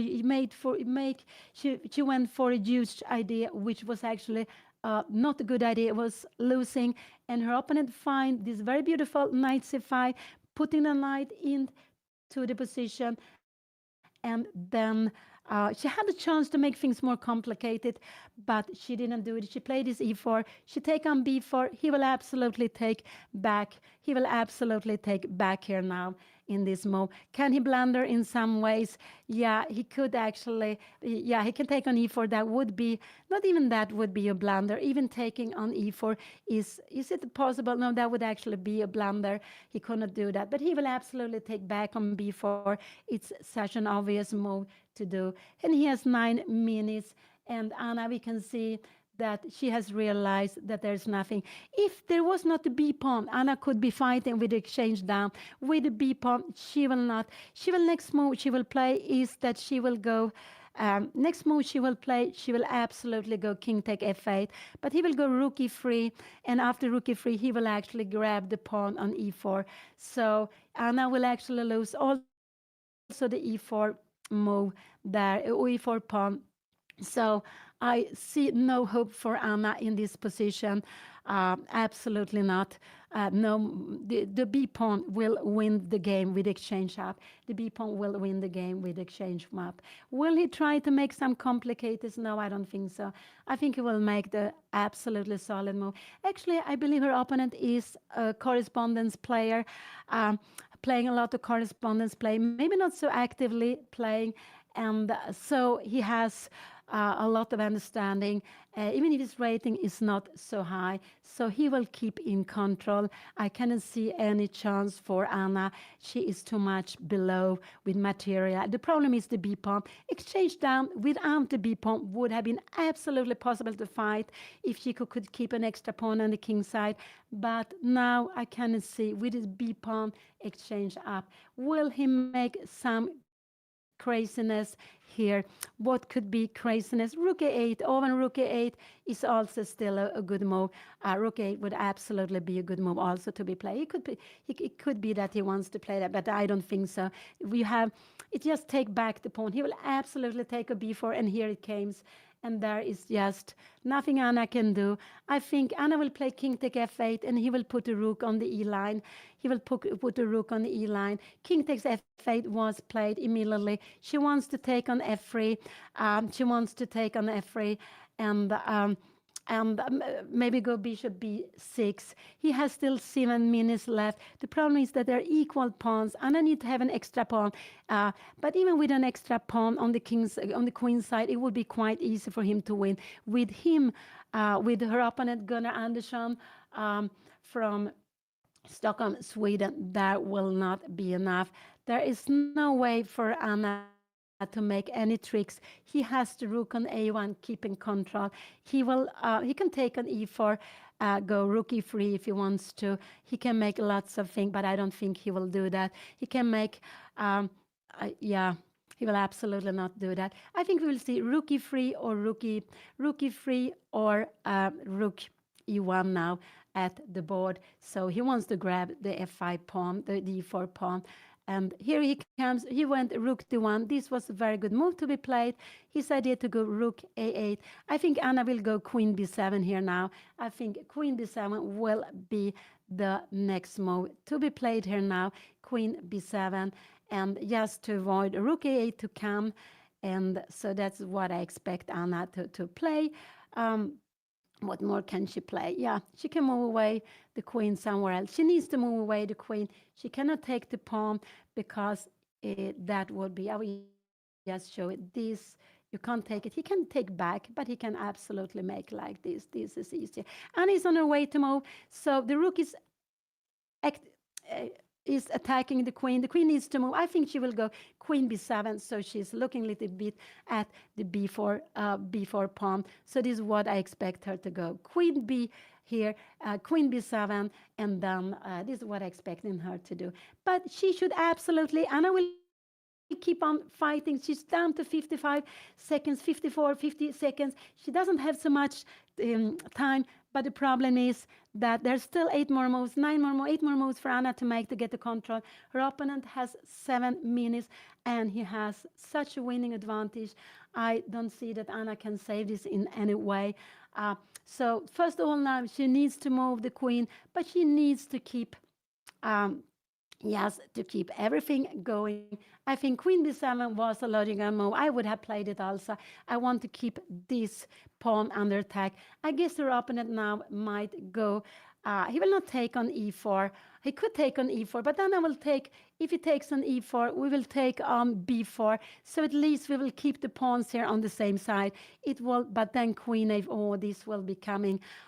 This will actually be very, very tough. So I don't think so. But he can take on e4, and the point is Anna doesn't have time to take her back because we would just grab the bishop. So taking on e4 is absolutely fine. He can go queen b4 first. He can go queen b2 also if he wants to put some nasty threats here against the king and at the same time defend the pawn. That could also be possible. But Anna's last move is that she is still planning maybe to take on f3, but she also plans. So Anna to move plans to take on f3, and then she wants to take here on b4. This is actually what she's planning to do. And I could say the only thing he should not do would be like moving up the rook like this. Then Anna would have this move, because after that we have a mate here on the last rank. But as long, sorry, this is the position, as long as this rook stands on the first rank, so this rook is doing a very good work standing on the first rank. He can also go rook e3. I think that is a very good move. And after that, you go rook e4. And the point is now, if we go like this, do we have time to take this here? No, actually, this is a blunder, because king e7, wow, we're putting this under attack. And we will get into pawn endgame. We are attacking both pieces. That would be, but so rook e3, taking here, we take here, and you take here, and we will have, and this position is unfortunately no way to defend. Without this pawn, it's a draw. With this pawn, it is just winning free, because white will win it quite easily. The rook is so strong with equal pawn. With a pawn extra, it is a draw. Actually, but this pawn makes such a huge difference. But white will have to keep on playing for a long time before the game is finished with the endgame I was showing before. So now he's down to 5 minutes. Will he make any blunder? I don't think so. I'm sure he will keep the game going. He will keep the game going, but he will keep control of the position. I think queen b2, I guess, is what we will see. He can also take on e4 if he wants to. That is also very fine to play, but I think he will keep his b pawn. Maybe b5 will be played. Yeah, I guess he will go b5 here. I think that is what he's going to do. But then Anna take on f3. Now, b5 is not such a good move. Anna takes on f3. He took on e4. That was a good way to play. Anna cannot go queen, so he took here now. And now Anna cannot take back. She will take on b4, and we will have rook a8 seeing. So he will play with, Anna will absolutely take on b4. And then we will see. Yeah, she took on b4. So he's down to 4 minutes. And now Anna is threatening the rook. We can see she's threatening the rook. And she is not planning to take on e4 there still. He will absolutely go and pin Anna's rook. And then Anna needs to move up with the bishop. She will absolutely need to move up with the bishop. So the most expected move to see is this, is the most active move. If the king was on a dark square, she could give a check, but it's on a light square in the corner. She doesn't have any check with the bishop. So this is very expected. Just threaten to take. And when the bishop moves away, her opponent exchange the rook. And when you are having material above, you like to exchange pieces. When you are material under, below, like Anna, she won't exchange the pawns. If we take away all the pawns from the position and there's no mating attack, that should be a draw. But with the pawns left on the position, with an exchange up, this is a winning position. He can also try rook f3 to make something like that. But rook a8, it looks like he's coming. This is the absolutely most logical move to be played. Absolutely most logical move to be played. And here we have it, because he wants to exchange pieces. This is, here we have it on the board. And he put rook on a8. He put it rook on a8. And what is the best for Anna? Maybe bishop e7 is the best, but it's not an easy choice to make. Bishop e7 to keep the bishop close to the king. But how to know that? It's not at all easy. But it's just to keep the bishop close to the king. If she goes, I think bishop b6 is what we want to see. But she needs to go away with the bishop. She will, maybe queen e7 could be a possibility that she will play, but then, so it could be also possible she will go. But queen, no, this would actually be a losing move, because we go, maybe we go here. We have king g8, but I was just wondering if we can go this. No, we are start fighting here, because you can't take, we still have a mate. So maybe we could fight in this position here now. Actually, we could still be fighting here now. So let's see what she will do. Will she exchange? She go with the bishop to c7. Bishop c7 was a mistake, because the king, this is actually a losing move. Because he can take and go queen g4. Wow, yeah. This is the problem. He can take and go queen g4. Will he find this very, very strong move? Oh, yeah. He will just go in with the pieces. Anna's king should be on g8. Her king, he will absolutely, he took it. Will he find this very good move? He can also go queen c7. That is less dangerous. But the problem is that Anna's king should be here. This is the problem. It should be here. So bishop e7 was better. Her king is very weak. So queen d4 is a very good move. You threaten this tremendous check. You can also go queen a6, but then maybe we can go queen b8 here now. We're still defending, but this is just very, very scary. And after this, we need to hide away. He made queen d3. So he wants to give a check. Now Anna should absolutely hide away with the king. She cannot try to go up with the bishop because we have a mate in one here now. So she needs to hide away with the king here. This is actually very important to go king f8. To hide away the king. The king is better here somewhere. She will not be able. She will, Anna, actually, with the king, I think. Oh, she's going to move her queen. So we will maybe see queen e7. I'm a little bit worried about queen e7 here now. I think queen e7 is what we will see on the board. That could be scary. Could it be because you have, yeah, I think this is what we'll see on the board. Queen e7 could be scary. King f8 is better. She needs to hide away, but it's just very difficult to see. See, king f8 she played. I'm very happy. This is a very good move. I think that's very nice. And that she played it, it's the best move. So she voiced the checks, and so that is important. Her opponent now can go queen d4. I think actually Anna will try to keep the queens on the board, but it could be that it's better that she tried to change the queens here now. So it could be better that she tried to change the queen. I don't know if Anna was trying to get something. Anna would dream to have queen h4 to get some attack. Queen h4, Anna, if Anna was to move, she would actually have an attack. She would actually having some counterplay. That would be a dream. But the queen is far away from that, so she doesn't have time. And also, if she could go queen e5, forcing g3, it would be a little bit weaker here. White would still be winning, but unfortunately, it's white to move. So this is equal pawns, free against free, but the rook is so much stronger.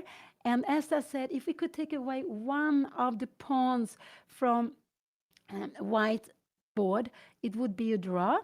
But with equal pawns, the rook is so much stronger. It's a winning position, but white has to show that white is know how to win it. And I'm sure this is a very experienced player, so it will be tough. I think white will try to exchange queens, and so queen d4 is a very logical move to be played. It's still possible a draw. The position is winning, but it's still possible a draw here. Absolutely, because it's a lot of it's a long technical way to win the endgame with rook against bishop. It's also a little bit to Anna's advantage that these pawns are not together, so she can go f6, keep the pawn on e5. But yeah, but I think it's advantage. Maybe it's not an advantage at all. But her opponent will just slowly force her down, be very active with the king and rook, and finally go and take the f pawn. So I think we will see queen d4 on the board. This is a very experienced player, because if you go queen d4, oh sorry, no, he hasn't played this. Oh, he played queen d4, and it's you want to exchange, but you also want to give this check. It could be that Anna will go. She cannot allow the check. She cannot allow the check. That would be absolutely. Could she try go queen b7? Queen b7 would be so dangerous. Rook c1 would win on the spot, I would say, because you have both this check and you're threatening this. So this is not good to play. But I think Anna will try to keep the queens on the board. But she play. It's mate in one. It's mate in one. She played queen e7, and it's mate in one. And she resigned. She resigned. I'm so sorry. This was, yeah, very sorry to see he played it, and Anna, yes, with a little smile, but she knew she was going to lose. And she said yes, that she didn't see that. We will, but wait here now. We have to cheer her up. Of course, she is sad, but she wanted to complicate the game, and she did too much in this game. She wanted too much to make complications, and she she had actually one moment she could make it a little more difficult. But Anna lost. So after two games, she is on 1 out of 2. An opponent, she played against a very experienced player, not so high rated, who showed very well uh, to win when Anna gave the chance with DeFi. Anna played too much in the center. She gave the chance.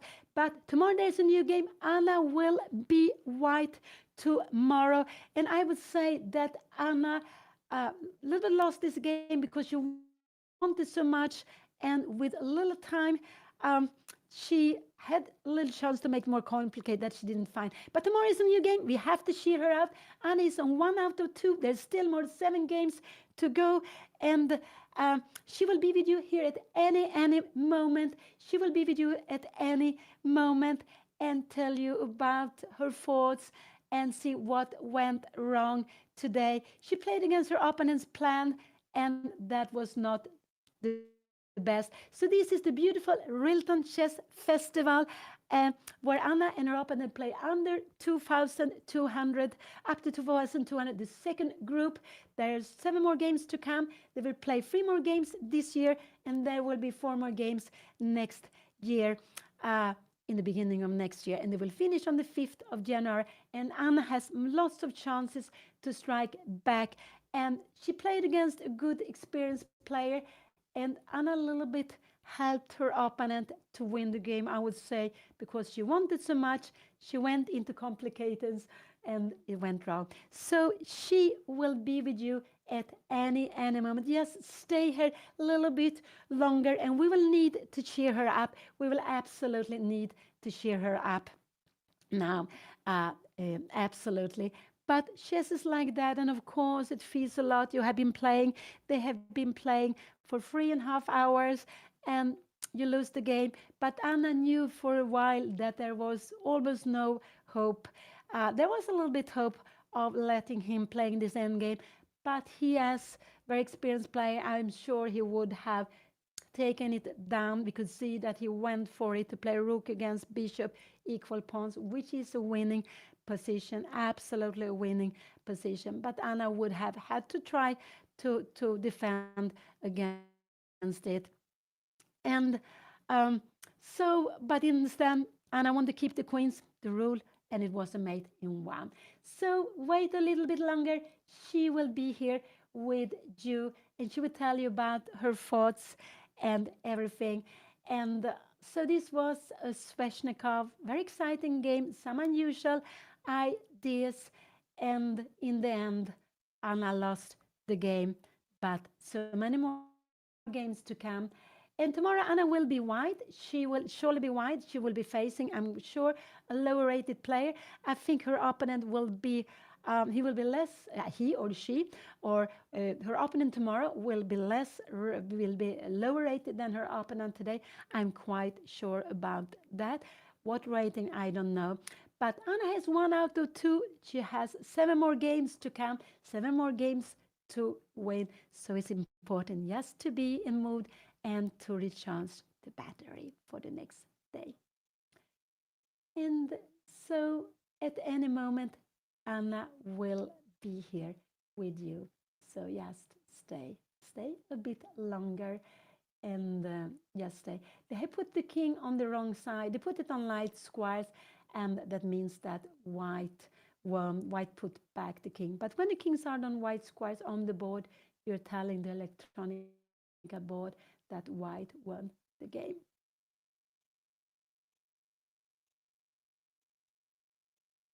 So just some few minutes, and she will be here with you.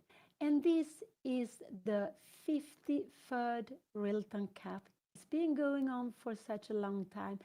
There are no player, I believe, that I played all the times, all the tournaments, but players who have played lots of tournaments, more than 20 times. So it's just a part of Swedish chess history, the Rilton Chess Cup being held in the heart of Stockholm. Yes, winning the rest of the games would lead Anna. Anna would absolutely win the tournament. And in Rilton Cup last year, I believe the number one of the tournament lost in the second round, Bassam Amin, and then he anyway went back and won the tournament. Could be he won it with 8 out of 9. I'm not sure if he won the rest of the games. So Anna must just keep on fighting and a little bit take this game away.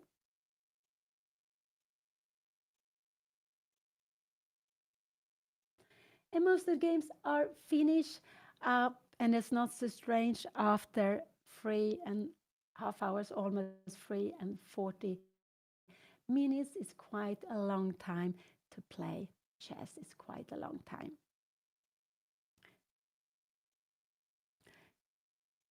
And just wait a little bit longer, and she will be here with you. And tomorrow they will start at 2:30 p.m. At 2:30 p.m. Central European time, and that is the round for tomorrow. And for the round number 4, the round number 5 will start earlier on New Year's Eve. But tomorrow they will be back at 2:30 as normal this year.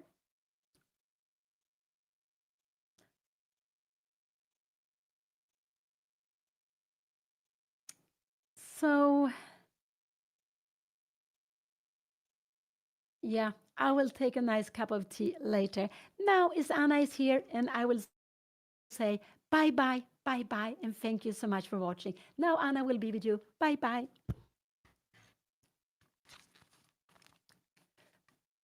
Hi, Mom. This was a disaster.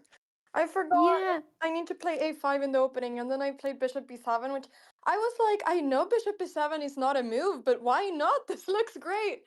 And then, uh, but yeah, actually, when he went, yeah, we cannot put up. Can I put up the position of board? No, they cannot see it. Yeah, so we'll let it be. No, knight. Yeah, but you can go a5. When you go knight c8, you can go a5, and that is absolutely a fine position to play. but he gets the greatest knight of all time forever. Yeah, but you keep the bishop and the two bishops.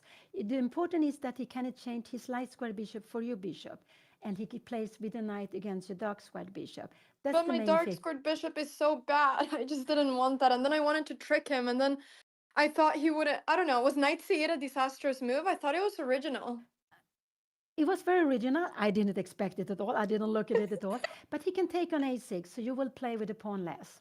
Yeah, but with what does he take? He can take with both pieces, but probably with a knight, with a bishop is the strongest. But then knight b6? Knight b6, take, and he take on b7, and he keeps everything defended. If he does that, then I'm threatening both the pawn on e4 and the pawn on b2. But he starts, yeah, let's see, yeah. But so you go knight b6, take and take. Aha, take, because the queen e4 check. Okay, so maybe this is something Yeah, I this was was my whole just, idea, that there were a lot of tactical ideas there, and I thought he might go wrong there. yeah, he might go, he didn't want to do that. But then when he made castle, you are very fine. I think the problem is that you didn't realize that when he go king h8 and want to go f4, this is a bad plan for him. You want him to Yeah, go I think that f4. was my mistake. Yeah, I didn't realize that f4 was bad for him. I was afraid of So f4. And then I just missed b4. I thought, this is fine, I'll just defend, and then I'll just play king h8 and then f5. But then the problem was that I was always too late, and I just missed no, b4. you know you were never too late. So you could go move the king after bishop c6. I preferred before bishop c6, but both moves. You move the king and you go f5. Yeah, but okay, so f4, I don't need to be afraid of it at all?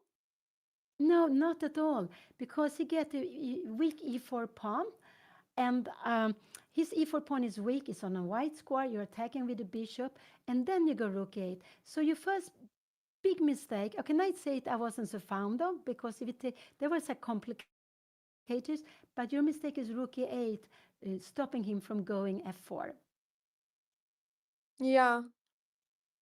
Yeah, That I is the mistake suppose. because yeah, but actually afterwards when he go b4, you must take on b4. He's better, but you can fight. Okay. So you Yeah, so so yeah. d5 is mistake, but he also went a little wrong. When he went knight d7, you can start trick him. You have a tactical idea there.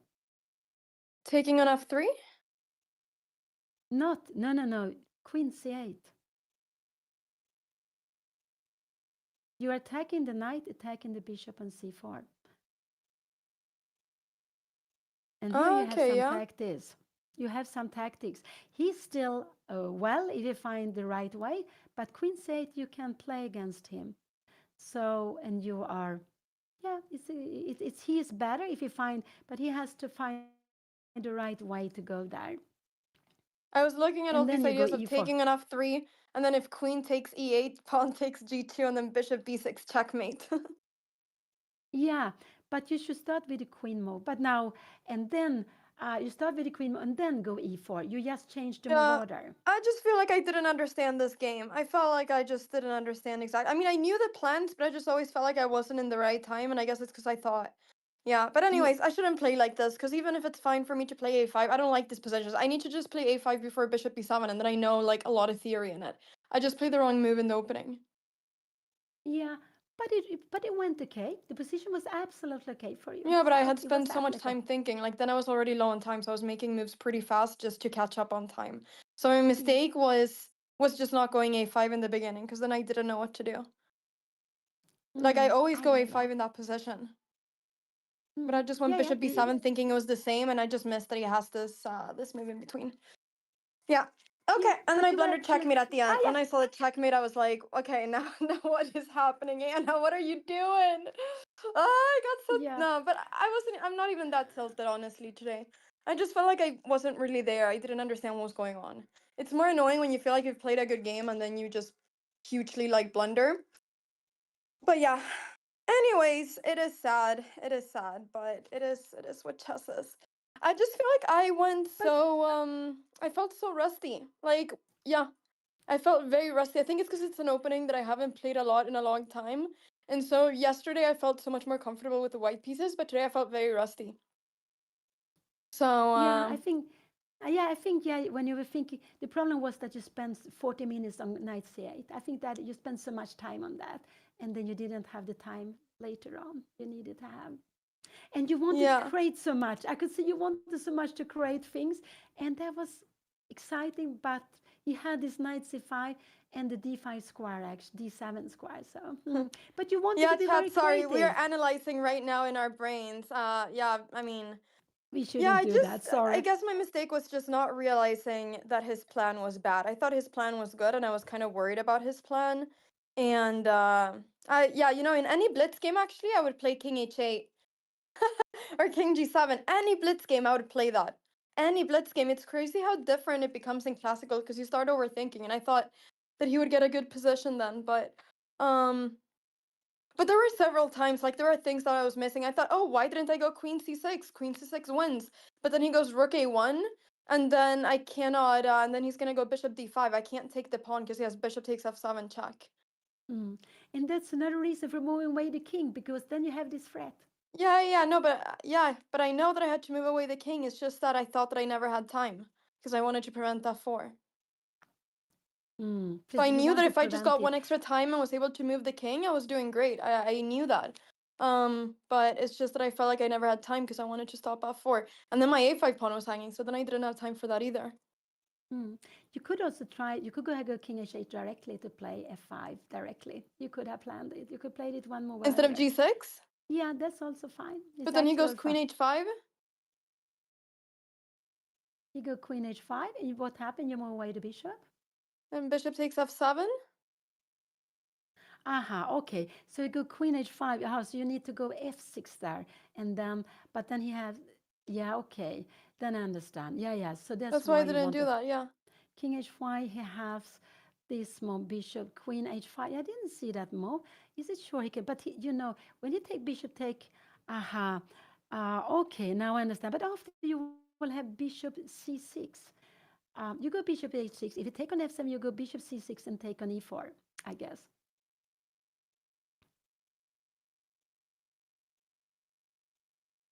So I don't think he should go for that. Yeah, well, that was the reason. I guess maybe then I would always have had time to do that. Yeah. Anyways, I don't think people are keeping up with this No, we analysis, shouldn't but analyze it. No, of yeah, course but not. it's nice to like think about it. But yeah, I think I just went wrong. But honestly, I'm not super sad because this game, I feel like I have now learned all theory I ever need to know in this line. Like I feel so confident playing this line again. I was just so um I was just so I just felt like I didn't understand what was going on. And I had the right ideas in my brain, but I was just always a move too late. But anyways, I was just not, some days you feel like you can see the board very well, and other days you feel like you see the board horribly. Today I just felt like I saw the board horribly. Yesterday I felt like I saw the board well. So I don't know what happened. I think I just need to, yeah, I don't know. I think honestly, because I haven't played a tournament in 8 months, I'm also just a little bit rusty, but that's great practice. And I'm playing more tournaments this year. I'm playing a tournament in April, chat. So, this will be great practice that there's not 8 months in between each tournament, because I do feel a little bit rusty. But it's okay. I'm learning, I'm having fun, and tomorrow we go again. And the good thing about losing early is that you get to play against lots of weaker players for several games in a row.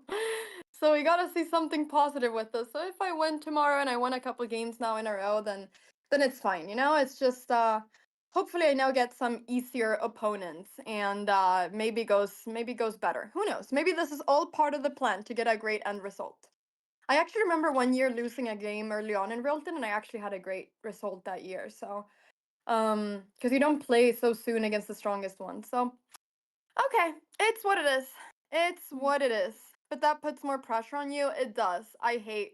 I hate pressure. Yeah.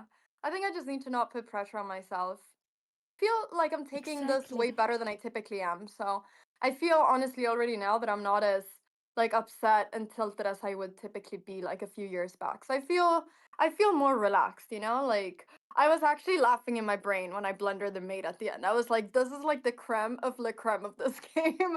Of course. I blundered checkmate and won. I was actually internally laughing. And my opponent was so happy. It was honestly kind of wholesome to see him being so happy. He was having the best day ever. He was so happy. He said he had prepared all night this line against me. So, yeah, it is what it is. It is what it is. But tomorrow will be a new day. It'll be fun. Hopefully I have the white pieces tomorrow. Um and and yeah, we go again, we go again. We go again. Raphael, thank you so much for the prime. Thank you. I hope you guys had a lot of fun.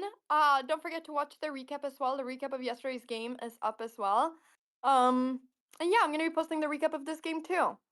And yeah, that's that, everybody.